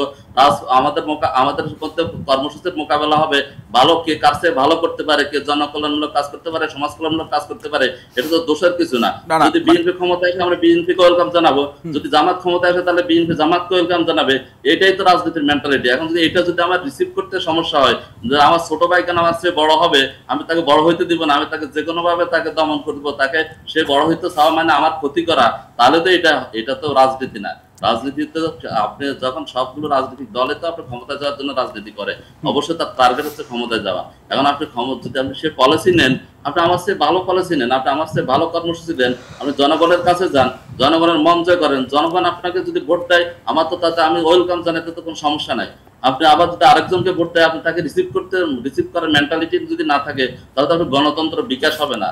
তাহলে তো আপনাকে সেই জায়গায় যদি আপনি বলেন না, আপনাকে হচ্ছে যে সে আওয়ামী লীগকে টেনে নিয়ে আসতে হবে, অথবা জাতীয় পার্টিকে নিয়ে আসতে হবে, অথবা তাকে সাইড করতে হবে, বিরোধী দলে দেওয়া যাবে না, তাহলে হচ্ছে যে এটা তো মেন্টালিটি, তাহলে তো আপনার যা হওয়ার তো তাই হবে এবং সেটা জাতির জন্য কল্যাণ। আপনি বলছেন যে এই প্রেক্ষাপটে আসলে জুলাই গণঅভ্যুত্থানের পরে আমাদের মানে প্রত্যাশিত বা কাঙ্ক্ষিত গণতান্ত্রিক বিকাশটা আপনি দেখতে পাচ্ছেন না। অ্যাডভোকেট শাহ মাহফুজুল হক ভাই, অসংখ্য ধন্যবাদ। তার আলোচনা শুনবো ডক্টর কাজী জাহিদ ইকবাল। আসতে চাই যে রাজনৈতিক দলগুলোর মধ্যে অনেকের প্রশ্ন, তার সূত্র ধরে আওয়ামী লীগ বা 14 দলকে সুযোগ দেয়া না দেয়া এবং আগামী নির্বাচনে কি অবস্থা দাঁড়াবে, এটি আসলে আওয়ামী লীগের এই যে নেতাকর্মীদের দেশে এবং দেশের বাইরে তাদের এই দুঃসাহস কিংবা স্পর্ধা দেখানোর অন্যতম কারণ।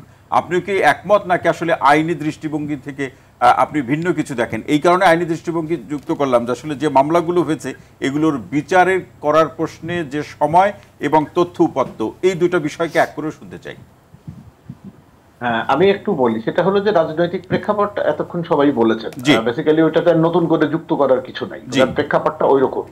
দুটো জিনিস মনে রাখতে হবে যে রাজনৈতিক দলগুলো যারা এখন নির্বাচনের জন্য প্রস্তুতি নিচ্ছেন তাদের মধ্যে ডিফারেন্স অফ অপিনিয়ন থাকবে। ওই ব্রেন্টিস হলের একটা উক্তি আছে, যেটা ওই ভলতেয়ারের বলে আমরা সাধারণত জানি, কিন্তু ওটা আসলে ব্রেন্টিস হলের উক্তি। এটা ওই মানে ফ্রেন্ডস অফ ভলতেয়ার একটা বই আছে, ওইখানে উনি এই উক্তিটা করেছিলেন, এই জন্য আমাদের মনে হয় যে ওটা ভলতেয়ারের নামে চলছে। তো ওই উক্তিটা যদি আমরা মনে রাখি যে বেসিক্যালি অন্যের ভিন্ন মতকে আপনি সম্মান জানাবেন, ওই রকম একটা প্রেক্ষাপট থেকে যদি তারা রাজনীতির জায়গাটা করেন, এর ফলে যারা এই নির্বাচনের প্রস্তুতি নিচ্ছেন সেই ধরনের প্রস্তুতিতে তাদের পরস্পরের বিরুদ্ধে, বা বিরুদ্ধে শব্দটা ব্যবহার না করি আমি, তাদের মধ্যে যে আদর্শিক যে বা যার যার রাজনীতি তার মতো করে করা, সেটা হবে এবং সেটা বিউটিও আপনার ডেমোক্রেসি। সুতরাং সেটা আমার মনে হয় না যে অন্য কাউকে উৎসাহিত করার জন্য ওই ধরনের রাজনীতি কোনো ভূমিকা রাখছে, সেটা না। আপনার একটা বিষয় হলো যে একটা যে রাজনৈতিক দলের আপনার স্থগিত আছে ওনাদের ইয়েটা, সেইখানে তাদের নেতাকর্মী আছে, তারা চেষ্টা করবেন বা তাদের নানানভাবে, এবং এটা তো আমরা 5 জুলাইয়ের 5 তারিখের আগেও দেখেছি, এই ব্যাপারগুলো তো আছে। সুতরাং সেটাকে আপনি কিভাবে কন্ট্রোল করবেন বা সেটার বিরুদ্ধে ব্যবস্থা নেবেন, সেই মেকানিজমটা আসলে রাষ্ট্রকে ভাবতে হবে আইনগতভাবে, যেহেতু আইনের প্রসঙ্গটা তুললেন। আর একটা বিষয় যেটা, সেটা হলো যে এটা তো সত্যি যে 5 তারিখের পরে একটা লম্বা সময়, 1 বছরের বেশি সময় ধরে চলে গিয়েছে, যে সময়টাতে আমরা দেখছি যে অনেক মামলা হয়েছে, অনেকগুলো মামলা হয়েছে, অনেক মানুষের মৃত্যুজনিত মামলা হয়েছে, আহত হয়েছে, নানানভাবে মামলা হয়েছে। আমি আইনজীবী হিসাবেও জানি যে অনেক মামলা হয়েছে যেগুলোর প্রায় কোনোটিরই আপনার এখন পর্যন্ত পুলিশ রিপোর্ট দাখিল হয়। এখন এই রকম যদি একটা প্রেক্ষাপটে আপনি দাঁড়িয়ে থাকেন, বিচার ত্বরান্বিত করতে না পারেন, তাহলে কিন্তু আলটিমেটলি একটা রং মেসেজ যাওয়ার আশঙ্কা থাকে। এবং আপনি দুটো বিষয়, আমি বিচারের কথা আসলে দুটো কথা আমাকে বলতে হবে আইনজীবী হিসেবে, এবং সেটা হলো যে যখন আপনি তদন্ত করবেন, তখন তদন্ত করে একদম যথাযথ লোক যারা বেসিক্যালি ঘটনার সাথে সম্পৃক্ত ছিলেন এই মামলাগুলোতে, যাতে অন্য সাধারণ লোকজন বা আপনার ধরেন অনেক সময় আমরা কিছু শুনেছি যে জুলাই আন্দোলনের দেখেছিল আপনার টেলিভিশনেও রিপোর্ট হয়েছে যে আপনার জুলাই আন্দোলনে অংশ নিয়েছেন মেয়ে, বাবা তার সঙ্গে ছিলেন, বাবা এই আপনার 5 আগস্টের মামলার আসামি হয়ে গিয়েছে, সেটা নিয়ে নানান কথাবার্তা। মানে এই ধরনের ব্যাপারগুলোকে ছেকে ফেলে, এবং সেই ধরনের ব্যাপারগুলো ছেকে ফেলার জন্যই আপনার সিআরপিসিতে সংশোধনী করা হয়েছে, 173A যোগ করা হয়েছে, যাতে অন্য ধরনের যারা ভুল তদন্তের প্রাথমিক পর্যায়ে আসলে তাদেরকে বাদ দেওয়া যায়, তাদেরকে বাদ দেওয়া যেন যায়, সেটার ব্যবস্থা করা হয়েছে। তো এখন আমার বক্তব্য হলো যে পুলিশকে দ্রুততার সাথে তদন্ত করে যথাযথ পারপিট্রেটর যাদের বিরুদ্ধে আসলে অভিযোগ, সেটা দ্রুত দাখিল করে বিচারে নিয়ে আসা দরকার। তাহলে সোসাইটিতে একটা মেসেজ যাবে যে আপনি যে কোনো ধরনের অপরাধ বা ইত্যাদির সাথে যদি সম্পৃক্ত হন, তাহলে তার বিচার হবে এবং সেই বিচারে শাস্তি ভোগ করতে হবে। যতক্ষণ পর্যন্ত এইরকম একটা অ্যাটমসফিয়ার তৈরি করতে না পারছেন, ততক্ষণ পর্যন্ত তো আপনার অন্য ধরনের আপনার পরিস্থিতির আশঙ্কা। ডক্টর জাহিদ ইকবাল ভাই, সেটি মামলার যে ধরনের ভিন্নতা কিংবা এটি তদন্ত করার ক্ষেত্রে প্রক্রিয়াগত পর্যায়গুলো অনুসরণ করা, এই কারণে সময় লাগছে, নাকি এই প্রসঙ্গেও পিছন থেকে কেউ কলকাঠি নাড়ছে? এটা বলা খুব মুশকিল। তার কারণ হলো না, লিগ্যাল লেন্স থেকে দেখলে কিভাবে দেখেন? আমি লিগ্যাল লেন্স থেকেই বলছি, অন্য আমি পলিটিক্যাল চিন্তা বা এতক্ষণ যে আলোচনা হলো সেটার আলোকে বলছি না, একজন লয়ার হিসাবেই বলছি।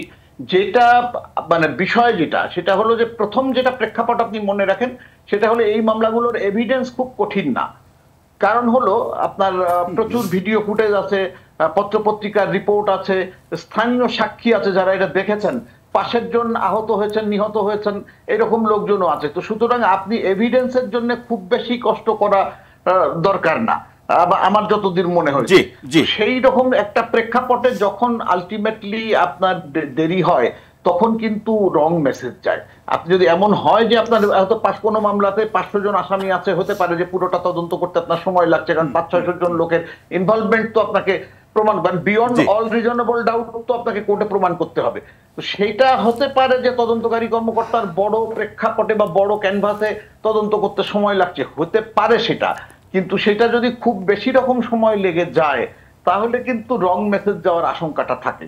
মানে তখন বুঝতে হবে তদন্তের নামে অন্য কিছু তদন্ত হচ্ছে। মানে ন্যাচারালি আপনি সত্যি সত্যি হয়তো হচ্ছে না, আমরা বিশ্বাস করতে চাই, কিন্তু প্রশ্ন হলো যে তখন এই মেসেজটা সোসাইটিতে যেতে পারে, গেলে অন্যরা উৎসাহিত হওয়ার আশঙ্কা আছে। ডক্টর গাজী জাহিদ ইকবাল, মনে হয় যে এই জায়গাগুলো দেখা দরকার। আমি অসংখ্য ধন্যবাদ। আপনার শেষ মন্তব্য আমি এখনই শুনছি না ভাই, শেষে আরো আলোচনা শুনবো। যে ডক্টর রাকিব আল হাসান কি বলবেন, শেষে কি বলবেন, আমরা শেষ করব। জি, আমাকে একটু সময় দিবেন। আপনাকে ধন্যবাদ। দেখুন, আসলে করণীয় জায়গাটা একটু শুনতে চাই। আচ্ছা, করণীয় জায়গা আমি আপনাকে বলি। পয়েন্ট আকারে বলুন। আচ্ছা, পয়েন্ট আকারে একটু 10-30 সেকেন্ড আমি বলি। দেখুন, আসলে দেখুন, এখানে সবাই সবকিছু বলে ফেলছে, আমি একটু জাস্ট শর্টলি একটু বলি আপনাকে। ধরুন, সেটা হচ্ছে কি, ধরুন আওয়ামী লীগের বিষয়টা মানে একটু যেভাবে পোট্রে করা হচ্ছে যে আওয়ামী লীগ অনেক সুযোগ দিচ্ছে, এদিকে সে দিচ্ছে, আমি একটা খুব জিনিস দায়িত্ব নিয়ে বলি, আমি নাম মেনশন করতেছি না। ধরুন যারা হিউম্যান রাইটস নিয়ে খুব কথাবার্তা বলে, ডেমোক্রেটিক রাইটস, অনেকগুলো দেশের অ্যাম্বাসেডর বা অনেকগুলো দেশের প্রতিনিধি, তাদের সাথে আমার পার্সোনালি বসার সুযোগ হয়েছিল। বাট তাদেরকে আমি জিজ্ঞেস করছিলাম যে তোমরা আওয়ামী লীগের ব্যাপারে চুপ কেন? হ্যাঁ, তো তারা বলছে যে আমরা নিশ্চয়ই যেটা দেখলাম, যেখানে আওয়ামী লীগের আমাদের সামনে চোখে প্রমাণিত, অন্য কোনো এভিডেন্স আমার দরকার নাই, আমাদের সামনে প্রমাণিত, যেখানে আওয়ামী লীগ নিজে এখন সরি ফিল করতেছে না, সরি বলা নিজে ফিল করতেছে না, সুতরাং তার ব্যাপারে ওদিকে নিয়ে আমরা কেন কথা বলবো? সুতরাং আওয়ামী লীগের চাপটা মোটামুটি ক্লোজড। আর একটা বিষয় উনি বারবারই বলতেছে যে জাতীয় পার্টিকে বিরোধী দল বানাবে, অমুককে বিরোধী দল বানাবে। আসলে দেখুন এগুলা, এই কথাবার্তাগুলো আসলে আরো অনেক তৈরি করে। কারণ হচ্ছে ধরুন কাকে বিরোধী দল হবে, কে সরকারি দল যাবে, জনগণ ডিসাইড করবে। জনগণের উপরে তো আপনি এগুলা আগে থেকে প্রিপেয়ার করতে পারেন না। আমি শেষ লাইনে শুনতে চাই, শেষ লাইনে আমি একটা কথা বলি, সেটা হচ্ছে ধরুন আমাদের সামনে যে বড় সংকট, আমি আশঙ্কার দিকে মনোযোগ করার কারণ সেটা আমি একটু বলি 10 সেকেন্ডে। সেটা হচ্ছে ধরুন যদি কোনো কারণে আমাদের ইলেকশনটা ফেব্রুয়ারিতে না হয়, তাহলে এই সরকারকে রিপ্লেস করবে আরেকটা গণতান্ত্রিক স্বৈরতান্ত্রিক একটা সরকার, এক নম্বর ইস্যু। আরেকটা ইস্যু হচ্ছে কি, যদি এই ইলেকশন হওয়া যাওয়ার পর একটা গণতান্ত্রিক সরকার আসে এবং সেই গণতান্ত্রিক সরকারকে 1 বছর 6 মাস বা 2 বছর পরে 10 হিস্ট্রি কোনো একটা গণতান্ত্রিক সরকার নামে, তাহলে আমাদের এই জার্নি কিন্তু অনেক লম্বা হবে। সুতরাং আমাদের এখনকার যে ঐক্য, সে ঐক্য যেন মত ঐক্য না হয় ইলেকশনের আগে, পরও যেন এই ঐক্যটা যেন থাকে, নাহলে কিন্তু আমরা রাষ্ট্র হিসেবে আমরা গড়ে উঠতে পারবো। জি ডাক্তার রাজীব, অসংখ্য ধন্যবাদ। ফারুক হাসান, শেষ মন্তব্য শুনবো ভাই।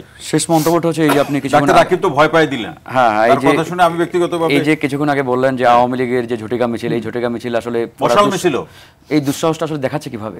দেখেন এই মিছিলটা আমি যদি একটু আপনাকে মানে স্মরণ করিয়ে দেই, যে বিগত 1 মাস আগেও কিন্তু তারা এই ঝটিকা মিছিল করছে। তো বিগত 1 মাস আগে যেখানে তাদের সংখ্যাটা ছিল 5 থেকে 10 জনে, সেই সংখ্যাটা কিন্তু আজকে প্রায় 100 না, আমি মনে করবো যে অনেক জায়গায় হাজারে মানে পরিণত হয়েছে। তো এর পিছনে কারণটা কি? এর পিছনে কারণ এই সরকারের ভিতরে, এই সরকারের বিভিন্ন দায়িত্বশীল যে প্রতিষ্ঠানগুলো রয়েছে, এগুলোতে এই যে আওয়ামী দোসরদেরকে নানাভাবে পদায়ন করা, প্রমোশন দেওয়া, এদেরকে যে আসলে কি বলে এটাকে প্রতিষ্ঠিত করা, এই কারণে কিন্তু আজকে সরকারের স্বরাষ্ট্র উপদেষ্টা ঘোষণা দিক যে থানায় আওয়ামী লীগ ছাত্রলীগ মিছিল করবে, সেই থানার ওসিকে স্ট্যান্ড রিলিজ করে একবারে বান্দরবান পাঠিয়ে দেওয়া হবে।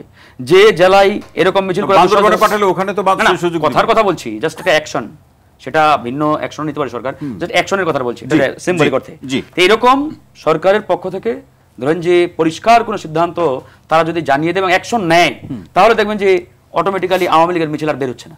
আওয়ামী লীগের মিছিল যেখানে বের হচ্ছে, আপনি নিশ্চিত থাকেন পুলিশ এবং প্রশাসনের সাথে যোগ সাজস করে তারা এই মিছিলগুলো বের করছে, একবার নিশ্চিত। যে ফারুক হাসান, অসংখ্য ধন্যবাদ। অ্যাডভোকেট শাহ মাহফুজুল হক ভাই, শেষ মন্তব্যে কি বলবেন? খুব ছোট করে শুনতে চাই ভাই। জি, আমি মনে করি যে জুলাই আমাদের যে গণ অভ্যুত্থান বলি বা বিপ্লব বলি, জুলাই বিপ্লবের যে চেতনা, সেটাকে আমাদেরকে ধারণ করে আধিপত্যবাদের শক্তি যেন আমাদের মধ্যে বিভাজন বা আমাদেরকে পারস্পরিক একে অপরের মধ্যে দিয়ে তারা যেন সে সুবিধাটা নিতে না পারে এবং ফেসিবাদ যেন কোনোভাবে ফিরে আসতে না পারে, এ ব্যাপারে আমাদের মধ্যে সম্পর্ক এবং ঐক্য থাকতে হবে। পাশাপাশি জনগণের যে আকাঙ্ক্ষা নিয়ে এই ফেসিবাদ মুক্ত করেছে, সেই জনগণের মন জয় করার রাজনীতি আমাদের করতে হবে। অ্যাডভোকেট শাহ মাহফুজুল হক, অসংখ্য ধন্যবাদ। মশিউর রহমান, অসংখ্য ধন্যবাদ ভাই। মশিউর রহমান, শেষ মন্তব্য। দেখুন আমাদের পলিটিক্সটা হতে হবে ওয়েলফেয়ার পলিটিক্স, ভালো কাজের প্রতিযোগিতা আমরা করব, আর আওয়ামী লীগের প্রশ্নে আমরা আপোষহীন থাকব, এবং আমরা সাম্য মানবিক মর্যাদা এবং সামাজিক সুবিচারের যে বাংলাদেশ, জুলাই আকাঙ্ক্ষাকে ধারণ করে আগামী সুন্দর বাংলাদেশ বিনির্মাণ করার জন্য এক লাইনে শুনতে চাই মশিউর রহমান, প্রতিবেশীর সাথে সম্পর্কের প্রশ্নে কি আমরা ঠিক থাকতে পারবো? দেখুন আমি বিশ্বাস করতে চাই ভারত আমাদের প্রতিবেশী, তারা ভালো প্রতিবেশী হওয়ার চেষ্টা করবেন। যদি ভারত, আমরা কি করব? যদি ভারত আমাদের চোখের দিকে তাকিয়ে যদি আমাদেরকে তাদের ছোট ভাই মনে করে, কিংবা আমাদেরকে তাদের দাস বা গোলাম মনে করে, তাদের আধিপত্যবাদকে আমাদের উপরে চাপিয়ে দেওয়ার চেষ্টা করে, আমরা জুলাইয়ের মতো আবারও জেগে উঠব। জি, মশিউর রহমান, অসংখ্য ধন্যবাদ। ডক্টর কাজী জাহিদ ইকবাল, শেষ মন্তব্যে কি বলবেন ভাই? আমি একটা কথাই সেটা বলি, সেটা হলো যে আপনার বিচারিক প্রক্রিয়া যেটা, সেটা আমার মনে হয় যে একটু অগ্রগামী হওয়া দরকার, এবং ন্যায় বিচারের লেন্স থেকে এটা অগ্রগামী হওয়া দরকার। জি, জেনতন প্রকৃতি। অসংখ্য ধন্যবাদ ডক্টর জাহিদ, ডক্টর কাজী জাহিদ ইকবাল ভাই। শেখ রবিউল আলম ভাই, জামাতের ভাই বলছিলেন যে উন্ডা ভালো কর্মসূচি দিচ্ছে, অন্য দল আরো ভালো কর্মসূচি দিক, তো অন্য দল আরো ভালো কর্মসূচি দিচ্ছে না, উনি তা কেন মনে করছেন? শুধুমাত্র উনারটাই ভালো কর্মসূচি সেভাবে বা কেন দেখছেন? নিশ্চয়ই প্রত্যেক দল তার জনমত গঠনের জন্য তার মতো করে কর্মসূচি দিচ্ছেন। সরকারি দল বিরোধী দল তো জনগণই ঠিক করবে। জাতীয় পার্টিকে কে বিরোধী দল চেয়েছে উনি সবচেয়ে ভালো বলতে পারবেন। জামাত তো বলেই ফেলেছে তারা আগামী দিনে সরকারি দল, এবং বিএনপি বিরোধী দল হতে পারে। এনসিপি তো বলছে আগে 300 আসন 2 মাসে 150-তে আসছে, অর্ধেক নাই। 150 হলেও তো সরকারি দল হয়, তো দুটো সরকারি দল তো পেয়েই গিয়েছি। তো কেন আমরা শুধু শুধু বিএনপির উপর দায় চাপানোর চেষ্টা করছি? কেন বলি আওয়ামী লীগকে কে ক্ষমা করেছে? জামাত ইসলাম প্রথমে করেছে না, যে আমরা ক্ষমা করে দিলাম আওয়ামী লীগকে? তো আপনি একসময় ক্ষমা করে দিচ্ছেন, একসময় আবার বিচার চাচ্ছেন। আমি আপনাকে সহজ করে বলি, আওয়ামী লীগ বিরোধী ঐক্য অটুট তত সময় হবে না যত সময় না আমরা ক্ষুদ্র স্বার্থ বিসর্জন দেবো। ক্ষুদ্র স্বার্থ বিসর্জন দিতে থাকি, গণতন্ত্রের প্রতি লয়াল থাকি, জনগণের উপর আস্থা রাখি। তাই যদি হয় অন্তর্বর্তীকালীন সরকারের ব্যর্থতা আছে, সীমাবদ্ধতাও আছে, এটা মানতে হবে।